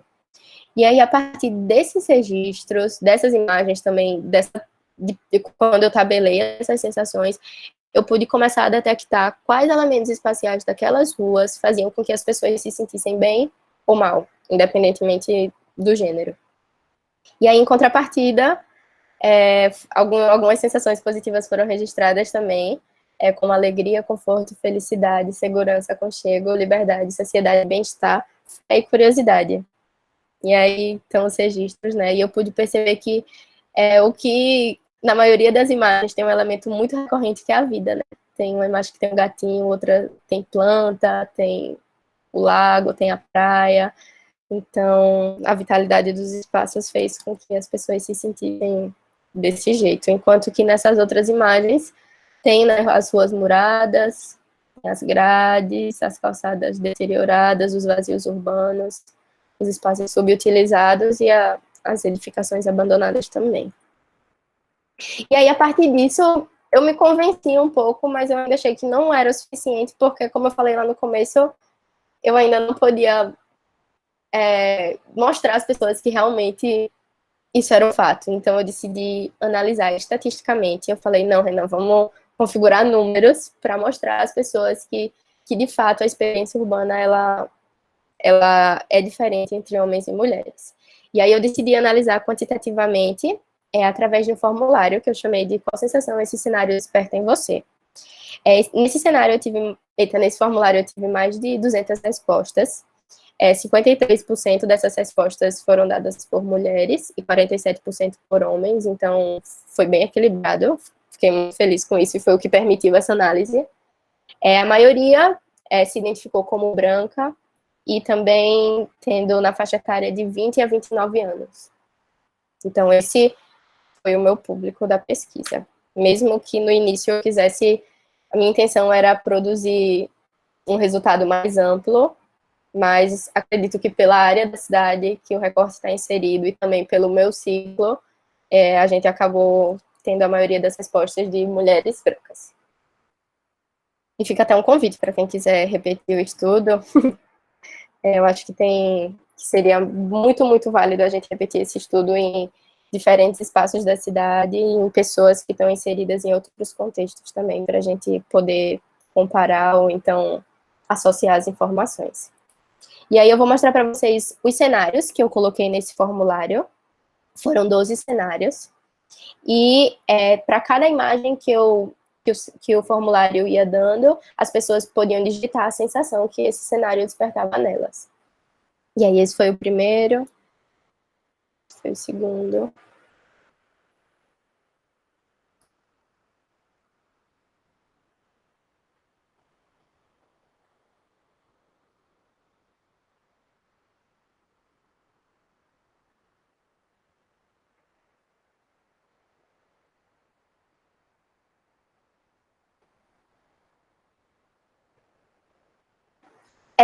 Esse cenário foi o que mais me chamou a atenção nas respostas. No meu estudo, para cada um deles, eu formulei uma nuvem de palavras com a intenção de visualizar qual era a sensação mais recorrente por parte dos homens e das mulheres. Mas essa daqui, necessariamente eu trouxe o resultado para vocês, porque foi o que me chocou bastante. Que nessa primeira nuvem, na laranja e verde, é a nuvem dos homens. E a de baixo foram as respostas das mulheres. Então, quanto maior a palavra, porque ela foi mais recorrente. Ela foi mais digitada por parte desse grupo. Então, a palavra mais recorrente dos homens, diante desse cenário, eles acreditaram que se sentiriam tranquilos. Tem aqui a tranquilidade bem, bem grande. E das mulheres, as palavras mais destacadas é o medo e a insegurança. A tranquilidade aparece ali também, de forma mais discreta, mas a gente consegue, se a gente for procurar a palavra medo na dos homens, ela está ali em cima, mas bem pequenininha. Então, enquanto mulheres acreditam que sentiriam bastante medo e se sentiriam bastante inseguras andando nessa rua, os homens, em sua maioria, se sentiriam tranquilos. E aí, a partir disso, eu fiz um apanhado geral de todas as respostas dos 12 cenários e eu tive essas duas nuvens, que diante do meu recorte, da minha área de estudo, de todos esses cenários, o sentimento mais predominante por parte dos homens foi a insegurança e a tranquilidade. E das mulheres foi o medo e a insegurança. Tem o calor, que foi registrado pelos dois, mas eu acho muito importante a gente conseguir comparar a proporção, né, do medo na nuvem dos homens e o medo na nuvem das mulheres. E mesmo que a insegurança seja grande na nuvem dos homens, eles se sentem tranquilos. Então eu entendi isso de uma forma assim, eu caminho tranquilo por essas ruas, por mais que eu me sinta inseguro, isso não me bloqueia. Eu tô caminhando aqui de boa, enquanto que as mulheres, gritante, o medo, a gente, como eu falei no começo, né, a gente deixa de ir, deixa de sair, pensa na roupa, pensa na hora, então isso faz com que a gente faça toda essa rota mental, pensando como vai ser o nosso deslocamento, justamente por essa presença muito, muito forte do medo, quando a gente usa o espaço público. E aí eu elaborei esses 2 gráficos, essa foi a visão geral das respostas das mulheres, está lá em cima o medo e a insegurança do lado direito, a tranquilidade bem discreta, e o calor também não foi muito motivo de queixa, né, porque só com medo. Enquanto que o dos homens, a tranquilidade, a pontinha da tranquilidade está lá, quase lá no final, e a insegurança também, né, então, como eu mostrei na nuvem de palavras também. E aí eu configurei algumas estatísticas. O primeiro critério foi o medo. Então, a palavra medo, ela esteve presente em 31% das respostas das mulheres e em 17% das respostas dos homens. E a resposta tranquilidade, a sensação de tranquilidade, ela apareceu em 14, né, mais ou menos, por cento das respostas das mulheres, enquanto que em praticamente 30% da dos homens. Então, mais do que o dobro.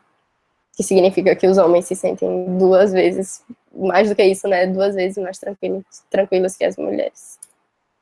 E aí, a partir disso, lá atrás eu tinha falado para vocês que eu concluí que as mulheres são a maioria, né, então, quando eu peguei esses resultados, eu fiquei assim, meu Deus, é o quê? Sem acreditar. E assim, mesmo sendo maioria nos espaços públicos, as mulheres sentem mais medo e insegurança do que os homens ao utilizarem a cidade. E aí eu trouxe algumas constatações a partir disso, que eu constatei que o fator agregado à sensação de medo, registrada pelas mulheres, estava quase sempre associado à sua integridade física. Então, quando as mulheres responderam medo no formulário, o medo nunca estava solto, ele sempre estava medo, na maioria das vezes ele aparecia medo de assédio ou medo de estupro. Então, as mulheres temem muito essa questão da integridade física, enquanto que a palavra assalto, ela foi 92% mais recorrente nos registros dos homens. As palavras estupro e assédio, que eu mencionei das mulheres, elas apareceram exclusivamente nas respostas delas. Então, o medo dos homens foi voltado ao assalto, né, aos bens patrimoniais e não à integridade física. E aí, a partir disso, eu tracei algumas diretrizes, que foi repensar esses cenários que eu trouxe, eu procurei repensar eles a partir de uma ótica de gênero, torná-los mais democráticos e promover a vitalidade desses espaços. E para isso, eu propus o uso misto das edificações, a densidade adequada, a iluminação pública de qualidade, o uso de modais ativos e transporte público e a ocupação dos vazios urbanos. E aí eu trouxe 3 imagens que fazem parte da minha área de estudo. A primeira delas é esse prédiozinho abandonado, que foi uma das imagens que apareceu lá no formulário. E aí eu propus um cenário ideal, eu dei um novo uso para essa edificação.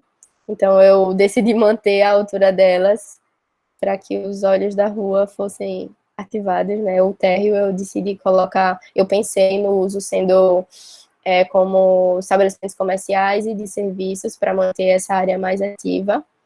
E a calçada eu decidi alargar ela um pouquinho também para permitir a permanência e um conforto maior para as pessoas. Um segundo cenário foi aquele espaço subutilizado que eu mostrei também lá no começo e que também aparece no formulário, que essa rua é uma rua totalmente residencial, o uso dela, ela é formada, os terrenos dela são preenchidos por vários prédios, e é uma rua assim que os carros passam numa velocidade gigante, a iluminação é péssima, e ainda tem esse terreno, que é um vazio urbano, que ele é subutilizado como estacionamento. Então, como sendo uma rua residencial, eu pensei no novo uso dele ser um espaço de convivência e de permanência para os moradores, e também pensei em um novo tipo de revestimento para pavimentação, de repente, para forçar os carros a forçar as pessoas a dirigirem um pouquinho mais devagar, por não ser o asfalto, né, totalmente asfalto. E um outro cenário foi essa rua, que foi uma das ruas que mais me angustiou durante o estudo. Toda vez que eu passava, eu ficava muito, muito angustiada. Que é uma rua totalmente murada, os terrenos eles foram murados por uma construtora, acredito que todos são de propriedade dessa construtora agora, E aí, o novo uso que essa rua vai ter, a gente não sabe, né? Ele está lá murado, ainda não foi feito nada, e isso é interessante para a gente pensar quais usos esses espaços poderiam ter. E aí, eu pensei na instalação de alguns prédios, que eu acredito que é o que vai acontecer, mas mantendo a lógica desse outro cenário, né? Propondo o uso misto da edificação, tornando os térreos ativos, para fomentar essa permanência das pessoas nas calçadas, além dessa ciclofaixa e da parada de ônibus também. Tudo isso foi pensado respondendo essas diretrizes que eu tracei aqui, né, da densidade adequada, do uso misto, da ocupação desses vazios e do uso dos modais ativos e transporte público e, claro, da instalação da iluminação pública de qualidade. E aí, como resposta a essa problemática, eu fiquei muito inquieta e eu não queria deixar esse estudo preso na academia, na universidade, então eu decidi fazer uma intervenção urbana, onde eu imprimi alguns lambes, que chamei algumas amigas, outras pessoas também que eu não conhecia toparam e foi muito legal, e a gente colou alguns lambes na área de estudo, e esses lambes contavam com frases provocativas, e algumas estatísticas também, como essas da foto. E aí, em cada lambe, deixa eu voltar para mostrar de novo. Em cada lambe eu coloquei um QR Code, em que as pessoas podem escanear e elas são automaticamente direcionadas para uma pasta no Google Drive que tem alguns conteúdos de utilidade pública acerca do meu estudo e também tem os lambes disponíveis, caso alguém queira replicar essa intervenção em outro lugar. E aí foram algumas fotos da intervenção. E eu acho que é muito importante também ressaltar que durante a intervenção aconteceram uma série de assédios, assim, muitos carros paravam perto da gente, assim, faziam falas altamente desagradáveis, questionavam também o que um monte de mulher estava fazendo ali junto.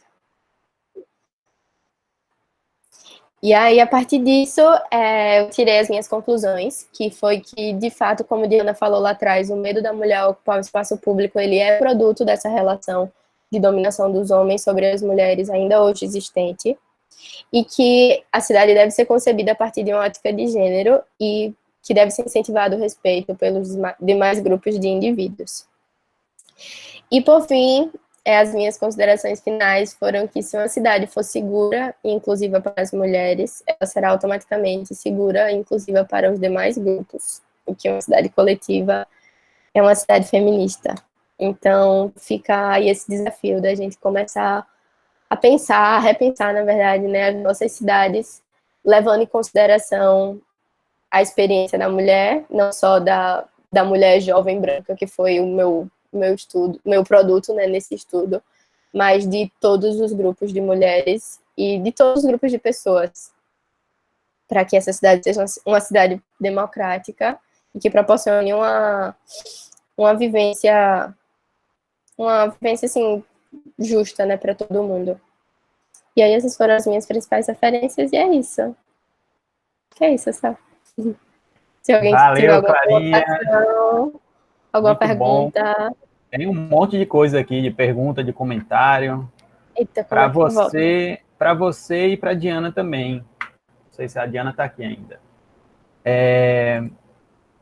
Muito bom, Clarinha. Estou aqui, está fazendo a apresentação, sim. Beleza. Deixa eu ver, estou olhando o chat.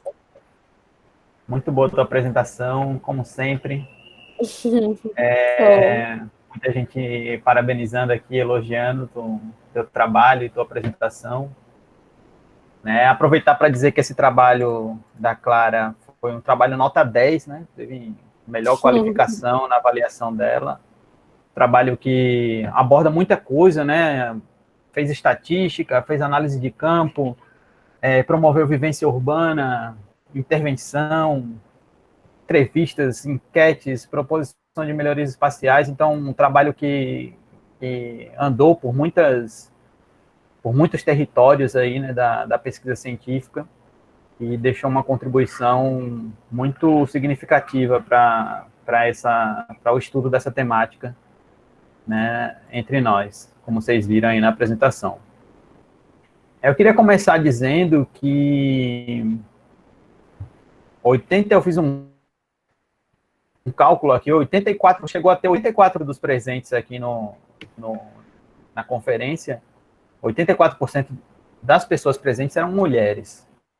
Ontem, para vocês terem uma ideia, no evento, em torno de 60% a 65% de mulheres. Normalmente, esses eventos, como eles foram pensados em princípio, para estudantes de arquitetura, e o curso de arquitetura tem mais mulheres, então, essa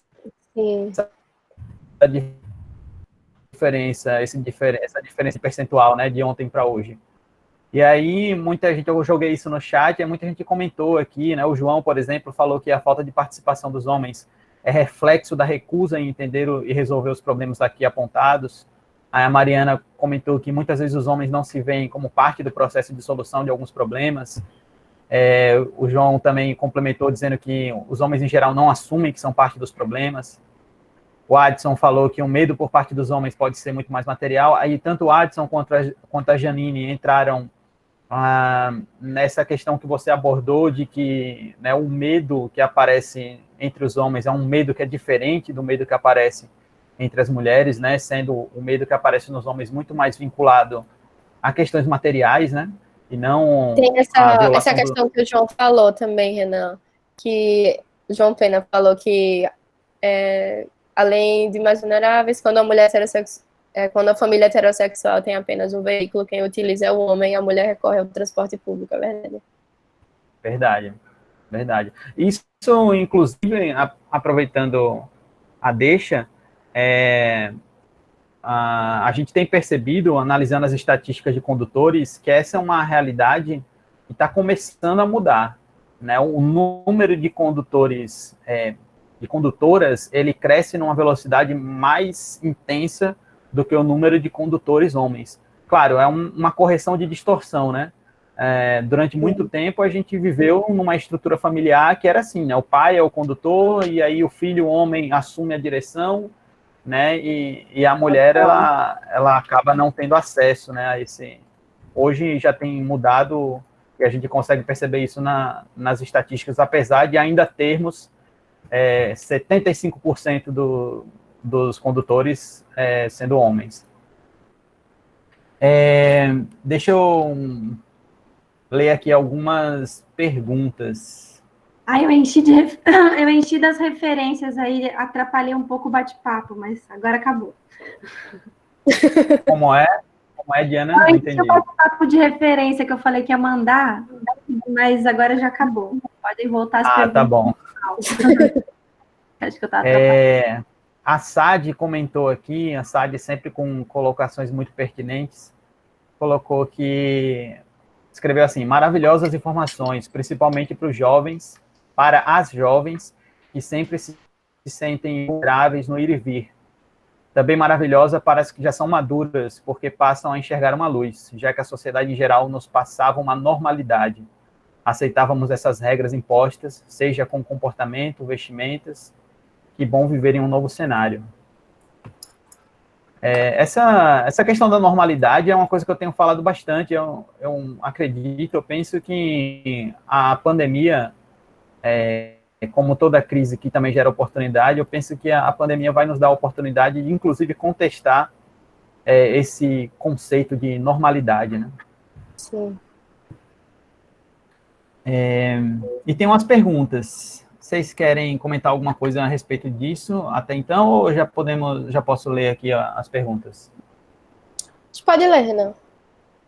Estou tentando dar uma olhada aqui também. A Mariana também comentou aqui no chat que... Bom, algumas pessoas comentaram a sensação ruim de caminhar por esses espaços que você mostrou, Clarinha. E a Mariana falou que foi uma experiência muito boa dar por esses lugares com mais um monte de mulheres juntas. Foi, Maria. Apesar dos assédios, eu sempre senti que estávamos unidos. Juntas. Tá. Agora, me ajudem aí no chat. Eu vou ler aqui algumas perguntas que eu postei para cá. A Amanda Azevedo perguntou lá na apresentação da Diana ainda, então deixa à vontade aí vocês duas comentarem. Ela falou sobre o paradoxo, né, Mas é um paradoxo, né? Porque como a gente pode buscar formas mais coletivizadas de pensar, reproduzir a vida, se para os grandes centros urbanos, principalmente a medida zero, é se isolar socialmente. Ainda tem muita dificuldade para vislumbrar resistência e organização sem toque, sem corpo, sem um afeto como conhecemos. Acho que eu perdi um pouco o contexto da colocação da Amanda, mas eu imagino que ela esteja falando como é que a gente se mobiliza no contexto de pandemia, de isolamento social, é isso, Amanda? Que eu tava... A gente tem que ficar recluso, né, eu acho, é isso que ela quis dizer.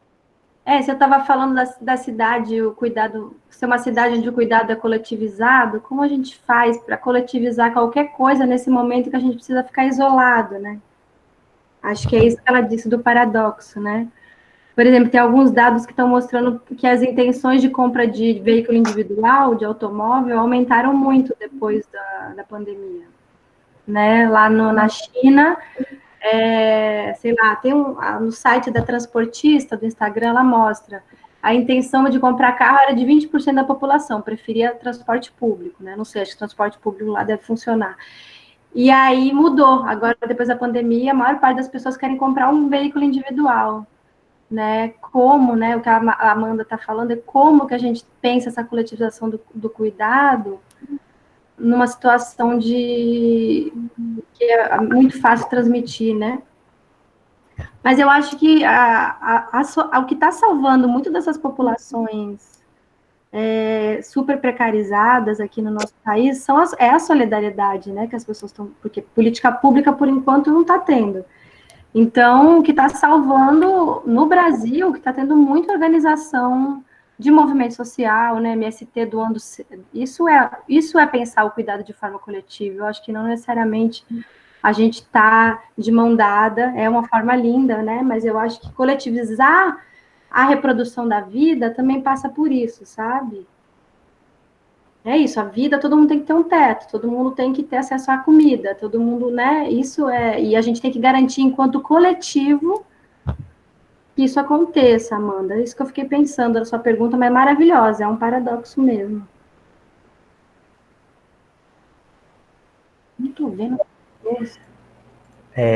Bom, tem uma pergunta aqui do Armando, que ele estava elaborando, chegou agora Maria aqui. Clara, tira sua apresentação, porque a gente vê as pessoas... Ele fala assim, Eu tô tentando até agora. Clica assim na tela, tem um botãozinho, interromper a apresentação. Ah, achei.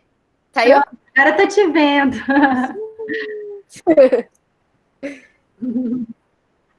Então, a pergunta do Armando é a seguinte: Diana, como você falou da supremacia branca em um país de pardos e negros, do capitalismo em um país mascarado pelo socialismo, corrupto e coberto pela lei de Gerson.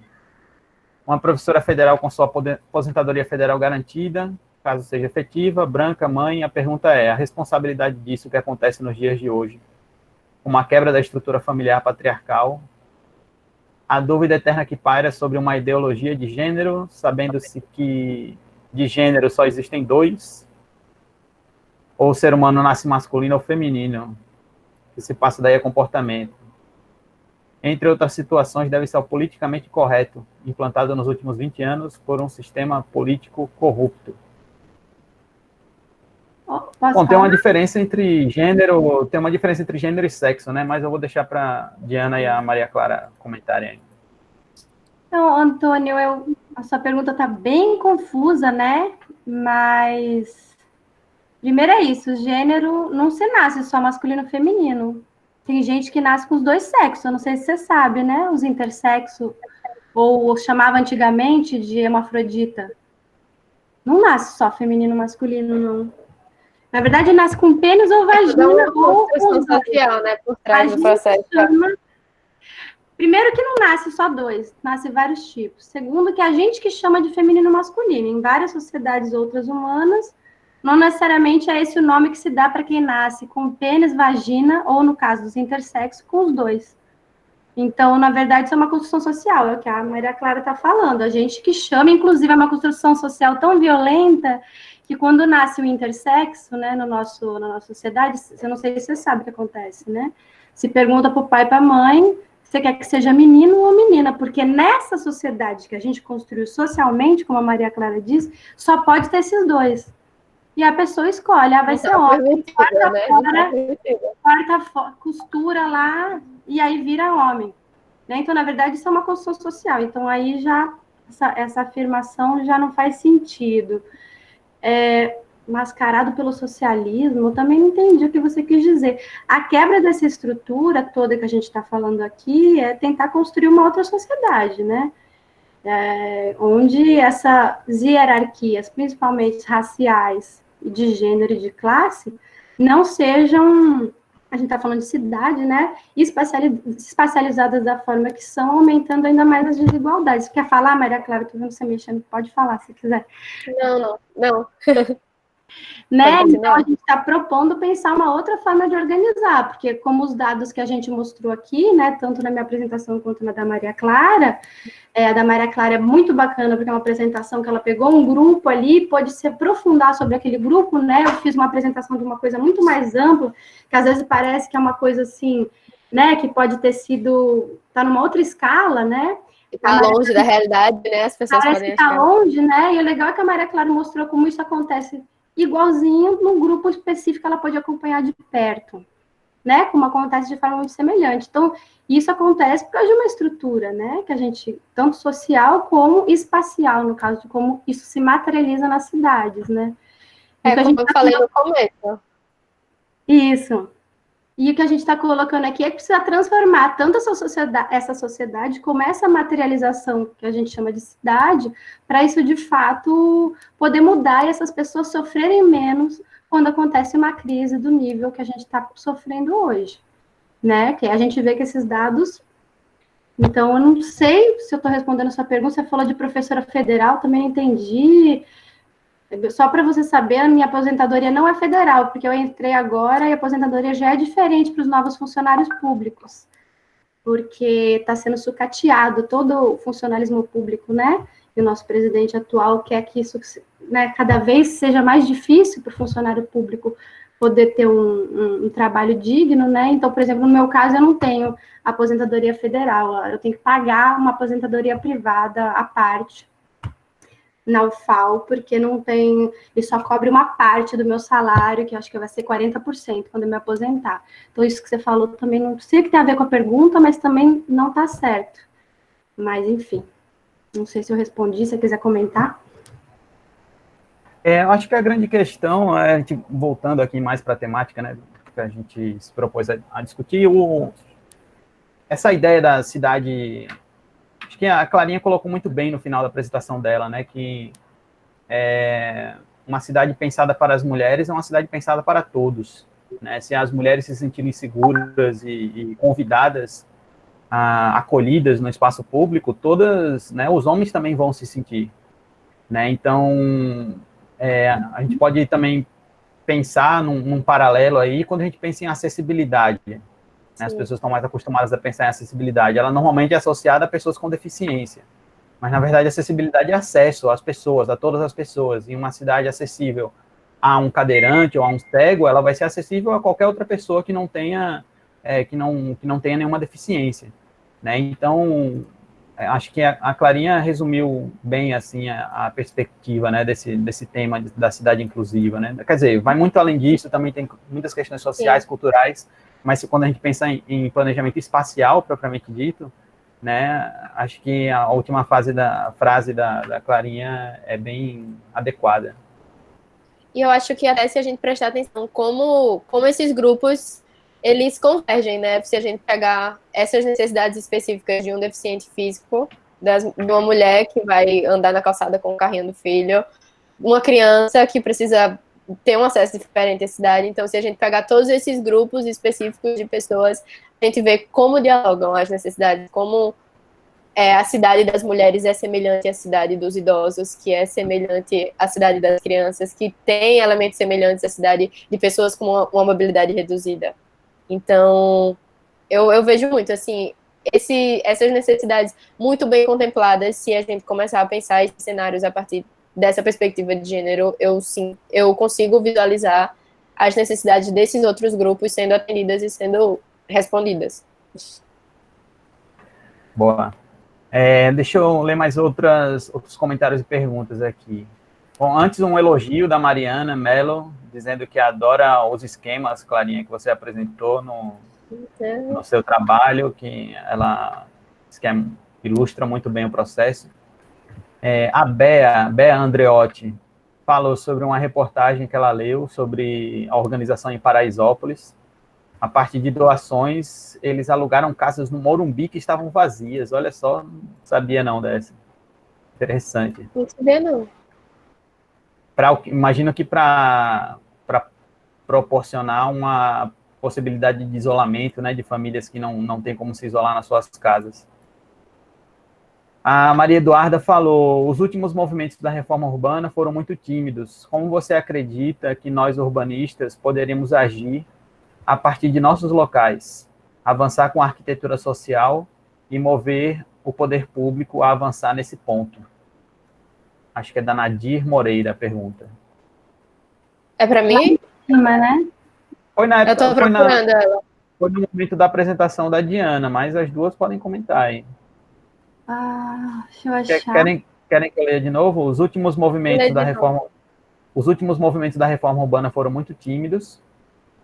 Como você acredita que nós, urbanistas, podemos agir a partir de nossos locais, avançar com a arquitetura social e mover o poder público a avançar nesse ponto?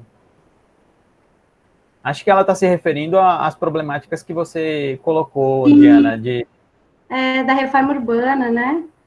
Eu acho que pode ter várias campanhas, tem vários grupos de arquitetos, o próprio Polis, né? Está fazendo, não necessariamente arquitetos, pessoas que trabalham com direito à cidade, né? Fazendo várias campanhas, por exemplo, no sentido da reforma urbana ser implementada.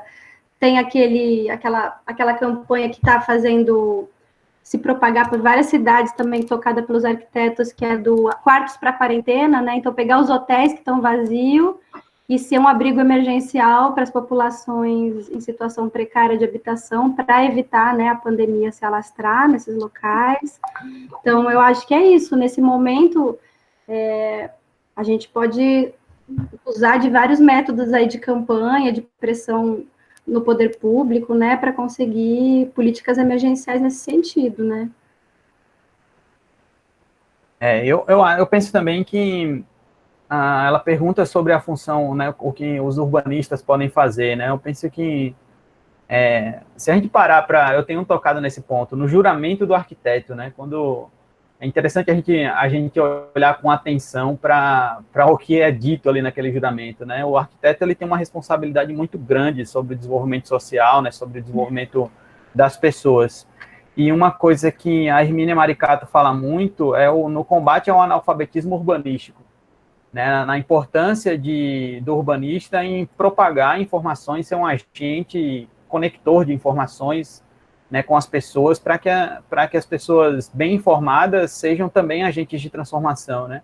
Já que o primeiro passo para a gente mudar alguma coisa, para a gente resolver um problema, é a gente saber que o problema existe, reconhecê-lo, e aí volta ao ponto inicial aqui dos comentários, né, de que a maior parte das pessoas que estão aqui são mulheres, e uma das questões que justifica isso é o fato dos homens não reconhecerem a importância dessas problemáticas e delas serem transformadas, né? Então, acho que passa muito também por isso, pela informação, né? Levar informação às pessoas para que elas possam ser melhor capacitadas a reivindicar transformações em todas as esferas, né, da vida em sociedade. Inclusive, alguém comentou aqui, né? A Daphne comentou, quando eu coloquei que 84% das pessoas que estavam aqui eram homens, a Daphne comentou algo muito pertinente, que a presença de homens em espaços como esse é super importante, né? Porque é muito difícil, por mais que você seja empático, por mais que você busque compreender a problemática, né, o homem jamais vivencia o espaço público como uma mulher, né? Não tem como a gente se colocar na pele de uma mulher para ter a noção real da problemática, né? A Janine coloca aqui uma pergunta. Nós, jovens, já crescemos com a maioria desses problemas e dessa estrutura. Então, meio que acabamos ignorando por aprender que as coisas são assim e pronto. Acho que ainda vale a pena tentar conscientizar a população de agora ou focar em ensinar a próxima geração?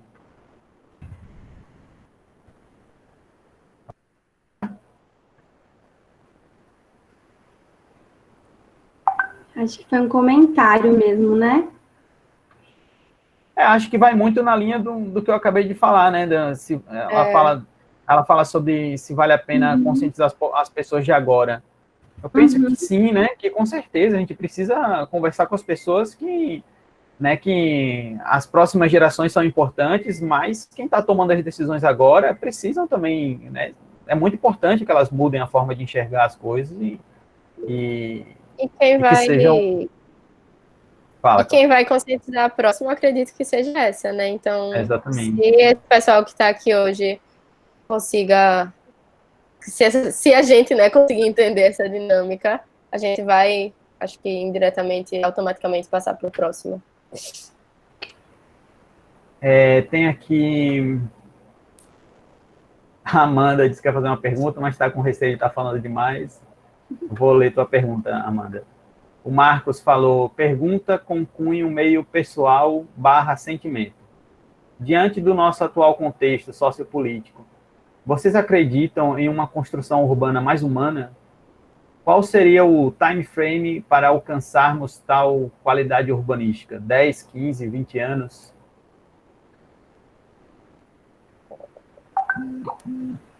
Querem comentar? Clara, Diana? Eu acho que tem algumas coisas que a gente pode fazer para melhorar a qualidade de vida das pessoas mais precarizadas por esse sistema, que são reformas, né, nessa estrutura, mas eu acho que o único jeito de mudar era a partir de pensar uma outra sociedade. Uma reforma maior, né? Teria que ser outra sociedade, né? Dentro dessa sociedade, a gente tem algumas coisas para melhorar, né? Que a gente está aí em movimentos sociais, né? Estamos aí na fronteira, na trincheira, junto com os movimentos sociais, tentando melhorar, né? Aí tem várias experiências, né? Que a gente tem na nossa história aí de tentar fazer cidades mais humanas, né? Usando o termo que você falou. Mas eu acho que é isso, teria que mudar a estrutura, né? Porque a estrutura é... Só que a gente pode tentar aos poucos mudando a estrutura. Eu acho que a gente pode fazer pequenas coisas, né? Pequenas coisas que aos poucos, né, vão mudando. Que ajudam. Mas eu acho que demora muito, né? Não sei, 15, 20 anos, não faço ideia. Esse momento que a gente está, que não dá para pensar futuro, né? É muito louco esse momento que a gente está, né? Às vezes eu fico achando que a gente está falando do passado, quando a gente apresenta algumas coisas, né? Não sei como é que vai ser. Às vezes essas crises são momentos para mudanças radicais. Espero que seja, né?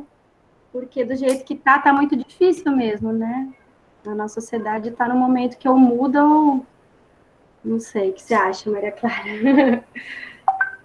Eu me sinto contemplada. Eu acho que a gente precisa de uma coisa maior, como você falou. Eu acho que assim, só dessa forma, porque é todo o sistema, né, que funciona desse jeito. Então, muitas vezes, por mais que a gente queira fazer, a gente fica de mãos atadas. E eu acho que a gente transferir também toda essa responsabilidade para as pequenas pessoas, eu acho que também tá muito limitado. Então, eu posso fazer um pouquinho, a Diana pode fazer um pouquinho, o Renan pode fazer um pouquinho, todo mundo pode fazer um pouquinho, mas eu acredito que tá enraizado, é estrutural, vem lá de trás, então eu acredito que a gente precisa de uma reforma maior também. E assim, de tempo, eu não faço ideia. Eu acho que tem duas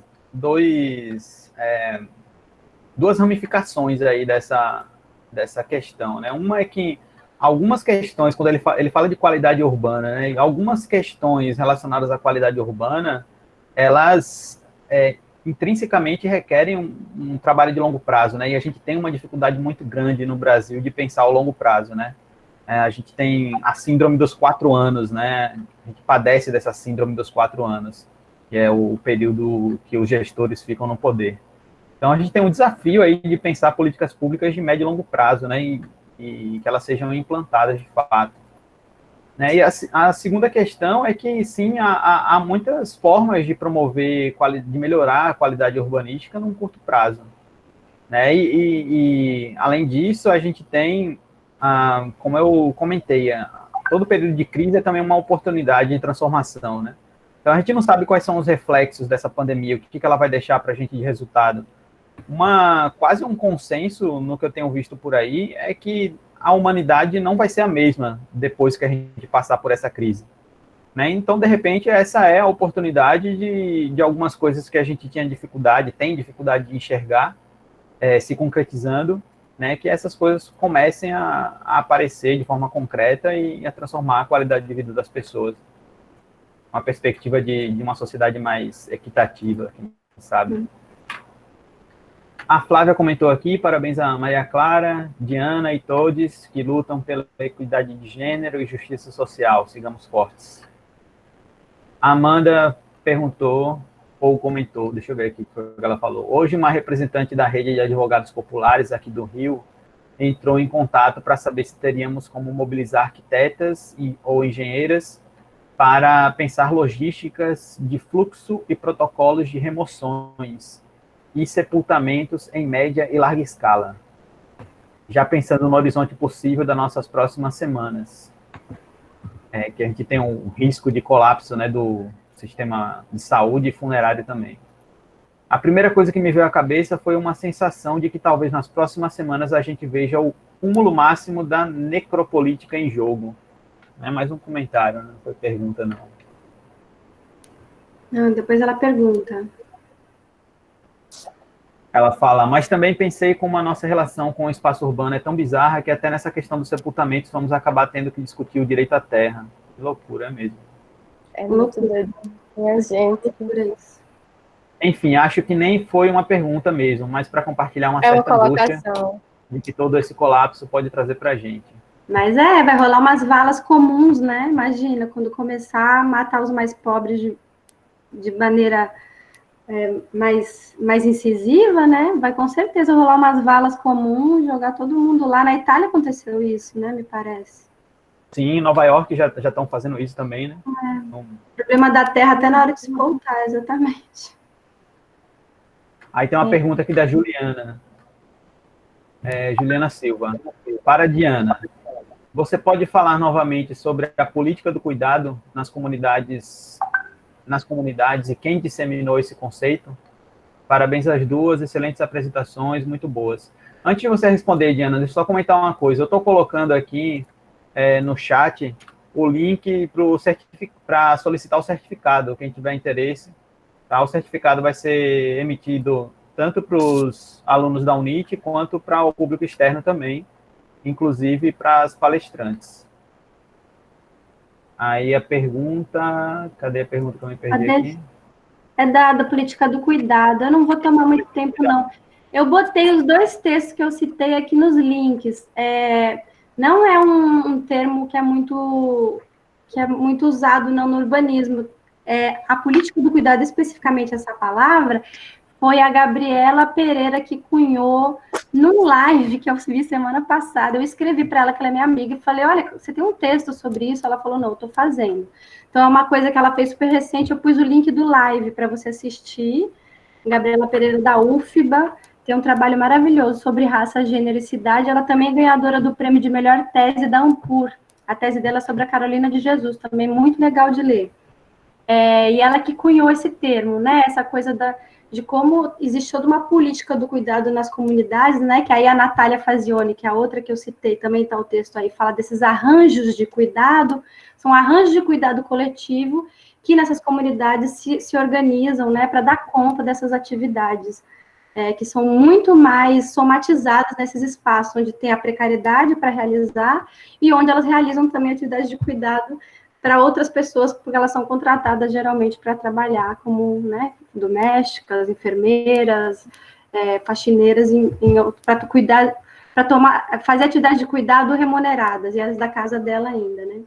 Então é isso. Eu deixei o link para o texto da Natália e para o live da Gabriela. Mas eu acho que isso é bem legal para a gente pensar essa outra cidade, né, onde o cuidado esteja no centro de tudo, né, onde a reprodução da vida seja o centro da organização urbana. E aí, só para falar um negócio que o João comentou aqui, né, que eu acho que tem a ver com isso também, que eu acabei de falar que isso é uma coisa que ela acabou de cunhar, mas é isso, né, esse tema de gênero é uma coisa super recente, né, eu quando estudei arquitetura, né, nem se falava disso, né, muita gente que está aí na luta de esquerda, arquiteto, e aí isso não era um tema recorrente, né? Gênero, raça, né? Só a classe, né? Dominava principalmente o debate da esquerda, né? Então, isso é muito recente, principalmente na arquitetura e urbanismo. Então, assim, muitas vezes as pessoas falam, tem um texto para me passar, e não tem muita produção. A maior parte da produção desses temas, quem está fazendo são pessoas que nem a Maria Clara, recém-formadas. Vocês jovens, né, mais jovens, que estão fazendo a produção acadêmica mais efetiva sobre esse tema, porque realmente é um tema que está sendo construído de forma massiva agora, né? É isso, tem o blog há 10 anos, mas ninguém falava quase nada sobre isso. A minha tese, a da Rossana e a da Gabriela, no campo da arquitetura e urbanismo, são as primeiras no Brasil que discutem gênero, né? Então, que é de 2015. Então, é muito recente, né? Então, isso está sendo, o João Pena falou, isso está sendo construído, e a gente está construindo isso agora, porque antes tinha feministas debatendo isso lá nos anos 70, tudo isso é uma construção, né, de resistência a esse sistema que está se desenvolvendo, né?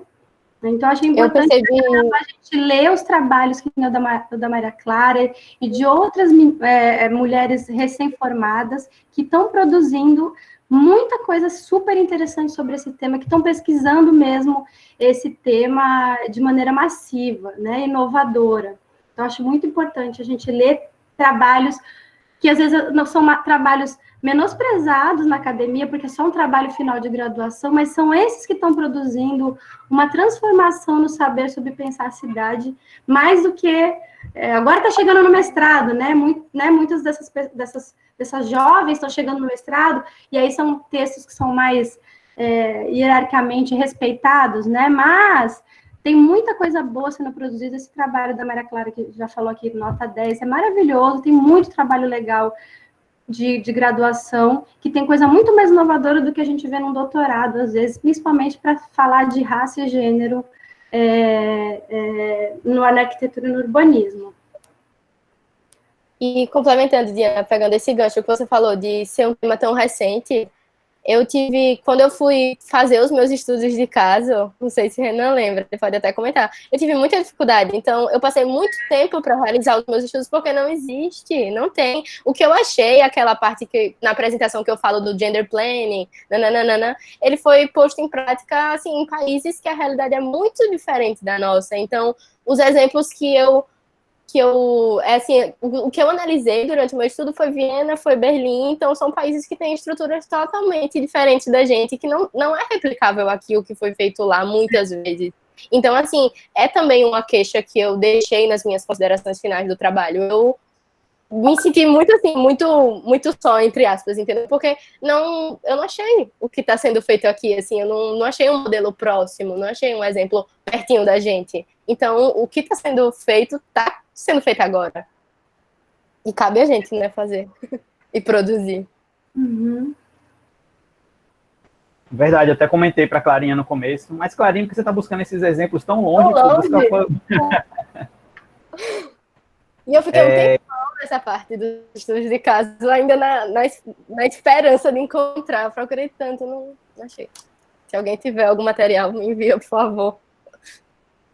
Aí tem mais alguns comentários aqui. A Mariana falou sobre essa necessidade de políticas de médio e longo prazo, de fato, dificuldade, né, política. A Janine também falou sobre isso, essa necessidade que é tão enraizado que as mudanças virão com muito tempo. A Fernanda falou, parabéns, queridas. Didi, agora que o Mandetta saiu, faz poucos minutos, né, ele foi demitido. Quais as perspectivas para as mulheres mais vulneráveis nas cidades? Esse discurso do novo ministro e do presidente de equilibrar economia e saúde vai colar para os mais pobres? Pergunta para você, Diana. Ai, gente, tá depressivo, né, esse momento. A gente tá aqui tentando guardar que a esperança não se afogue, né, na descarga da privada, porque tá, assim, nenhuma ficção científica apocalíptica a gente imaginou que ia ter uma pandemia mundial junto com um presidente que, né, está criando uma situação de caos, né? Então, assim, eu não sei, né? A gente tem aí, eu acho que o importante, por exemplo, tentar fazer o máximo de a nossa parte, o que a gente puder, né? Participar de campanhas que estão fazendo pressão para o poder público, que estão, nesse momento emergencial, né? Divulgando informações, iniciativas fora do poder público também, iniciativas, né? De grupos organizados, porque se a gente não consegue política pública, tem muito grupo de solidariedade, né, que está se organizando, né, com doações, tentar doar o máximo possível. Eu acho que, sei, estou falando muito blá, blá, blá, mas tá um contexto, uma conjuntura política aí que tá difícil, né, da gente acreditar, mas vamos tentando, né, a renda mínima, por mais que esteja precária a maneira de acessar, eu estava achando que não ia conseguir, conseguiu, né, não sei, uma conquista. Por mais que ela ainda esteja problemas para acessar, né, que muita gente está tendo, poxa, uma coisa que, no contexto Bolsonaro no poder, eu achei que a gente não ia conseguir se aprovar da renda mínima, né? Então, não sei, eu acho que a gente vamos tentar, né? E é o que o Renan estava falando, aproveitar esse momento de crise para tentar realizar conquistas que a gente está lutando há muito tempo. No caso da renda mínima, né? Você pegar o Suplicy lá, então, pô, tô tentando isso há 10, 30 anos, sei lá quantos, e agora na crise conseguiu efetivar, não sei. Tá difícil manter a esperança, mas a gente às vezes consegue ver uma coisa ou outra aí, não sei. Eu não ouvi o discurso, né, do presidente, acredito que ele tenha feito o discurso quando a gente estava aqui conversando, mas essa questão de equilíbrio entre economia e saúde, na verdade, é uma coisa óbvia, né? Não há como você encarar a crise que a gente está vivendo de forma segmentada. Economia e saúde são faces da mesma moeda, né? Se você tem um colapso do sistema de saúde e do sistema funerário, você vai ter problemas na economia. Se você só foca na economia, você vai ter... se você foca na saúde e esquece da economia, você tem problema. Se você foca na economia e esquece da saúde, você também tem problema. A questão é a forma mais eficiente que se tem para combater os problemas da saúde, né? E a vida humana deve sempre vir em primeiro lugar. Até então, a melhor estratégia é o isolamento social, né? Os países que conseguiram diminuir um pouco dessa necessidade, um pouco, porque todos estão com um nível de isolamento social mais ou menos intenso, eles adotaram políticas muito cedo, né, de testagem massiva, né, e várias outras políticas públicas para poder conhecer o problema e tomar as atitudes mais pontuais, coisa que nós não fizemos, né? Nós até, em virtude das ações dos governadores e dos prefeitos, a gente conseguiu promover um isolamento social relativamente cedo, mas a gente ainda está longe do nível ideal de testagem massiva, né? A gente está testando somente as pessoas que vão ficando doentes, praticamente.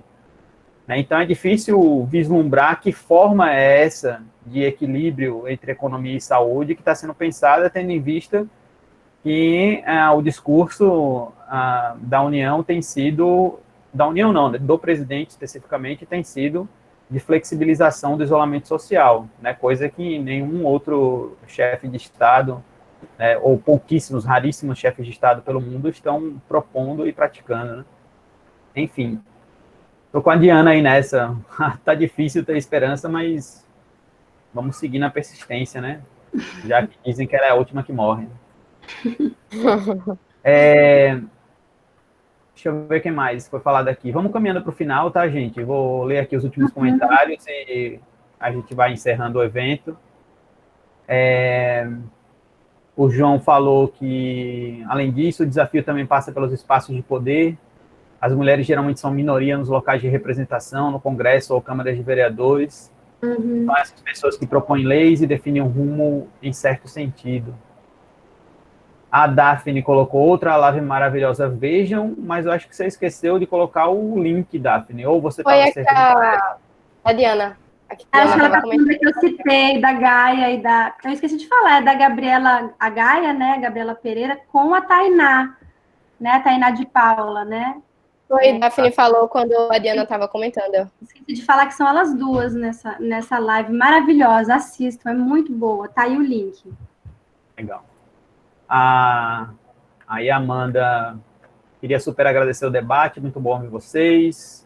Aí perguntaram aqui, o Team Brasil perguntou se vai ser disponibilizado os links que foram compartilhados aqui. Sim, a gente vai juntar todos os links que foram compartilhados com o vídeo, com os certificados posteriormente, vamos mandar para todo mundo. O Armando falou, sinto muito, o caos foi criado pelo Fora do Nordeste e Fora de São Paulo, agora vão tentar colocar a culpa no nosso presidente. A Fernanda falou, boa Didi, é isso aí. O João falou, obrigado e parabéns, Diana e Maria Clara. Mariana colocou, queria dizer que Bolsonaro não é presidente, a maioria é presente aqui, chama ele de genocida. Fernanda coloca, é isso que o novo ministro está propondo, teste massivo e abertura do isolamento aos poucos, mas eu duvido. João colocou, Maria Clara, tem alguns capítulos em PDF do livro Readings in Planning Theory, uma perspectiva feminista, posso te mandar por e-mail? Então eu quero. Ai, também quero. E a Sade colocou aqui, orgulho do Renan, professor capacitado, que sempre, aí eu vou ficar envergonhado, vou ficar tímido. Professor capacitado que sempre está em busca de aprimorar seus alunos, trazendo palestrantes maravilhosos para o nosso curso e para a nossa vida. Muito bom estudar o urbanismo dessa maneira. Parabéns, Renan, isso ultrapassa o profissional, isso é a humanidade. Obrigado, Sádio. Obrigado mesmo, de verdade. E a Janine colocou palestra maravilhosa, bem explicativa. Obrigado por trazer informação de qualidade para nós. O João falou que manda para mim e eu repasso. Beleza. Diana, Maria Clara, muito obrigado mais uma vez por terem aceitado o convite. Foi muito rico. A apresentação de vocês foi excelente. Amei. Muito obrigado também a todo mundo que participou, que está comentando até agora aí, empolgado. Essa conferência juntou bem mais gente do que a de ontem, né? Isso mostra que as pessoas estão interessadas na temática, isso é muito bom. Né? Então, Diana, Maria Clara, vocês querem fazer algum comentário final? Queria agradecer pelo convite. Primeira live que eu fiz na vida, que emoção. Pelo jeito vai acontecer isso mais vezes, né? Estão dizendo que vai ser tantos anos de situação de isolamento. Não de confinamento, mas isolamento. Vai ver como vai ser, né? Mas quero agradecer, foi um ótimo debate. Eu acho que a gente poder se encontrar nesses espaços também, por mais Black Mirror que pareça, é super importante, né? Para mim foi muito importante. Tá difícil, né? Assim, psicologicamente, né? Nessa crise. Então, acho que é muito legal a gente se encontrar, se fortalecer, né? Para enfrentar isso aí, né? Das nossas casas, quem pode, mas tentando estar unido, né? Eu vi aqui um monte de gente que eu conheço, então, assim, obrigada, foi ótimo. Eu amei também, obrigada, Renan. O Renan sempre me convidando para tudo, desde lá da faculdade. De verdade, muito obrigada. Eu fiquei muito feliz de poder compartilhar meu estudo, assim, que demandou muitas energias de mim. Fico feliz que vocês gostaram. Espero que ele possa inspirar e acrescentar um pouquinho em todos vocês. Quem quiser, eu posso compartilhar também, como a Diana falou. Eu coloquei um link que tem os lambs também disponíveis, quem quiser fazer a interação. Muito legal. Está disponível também. E é isso, gente. Obrigada. Fiquei muito feliz de ver tanta gente interessada. O coraçãozinho acende uma chama de esperança. Foi. Clarinha, quem tem o que dizer, tem que dizer, né? Por isso que eu te chamo para os cantos, para os eventos e para as... Gente, muito obrigado mais uma vez. Vamos encerrando aqui esse evento.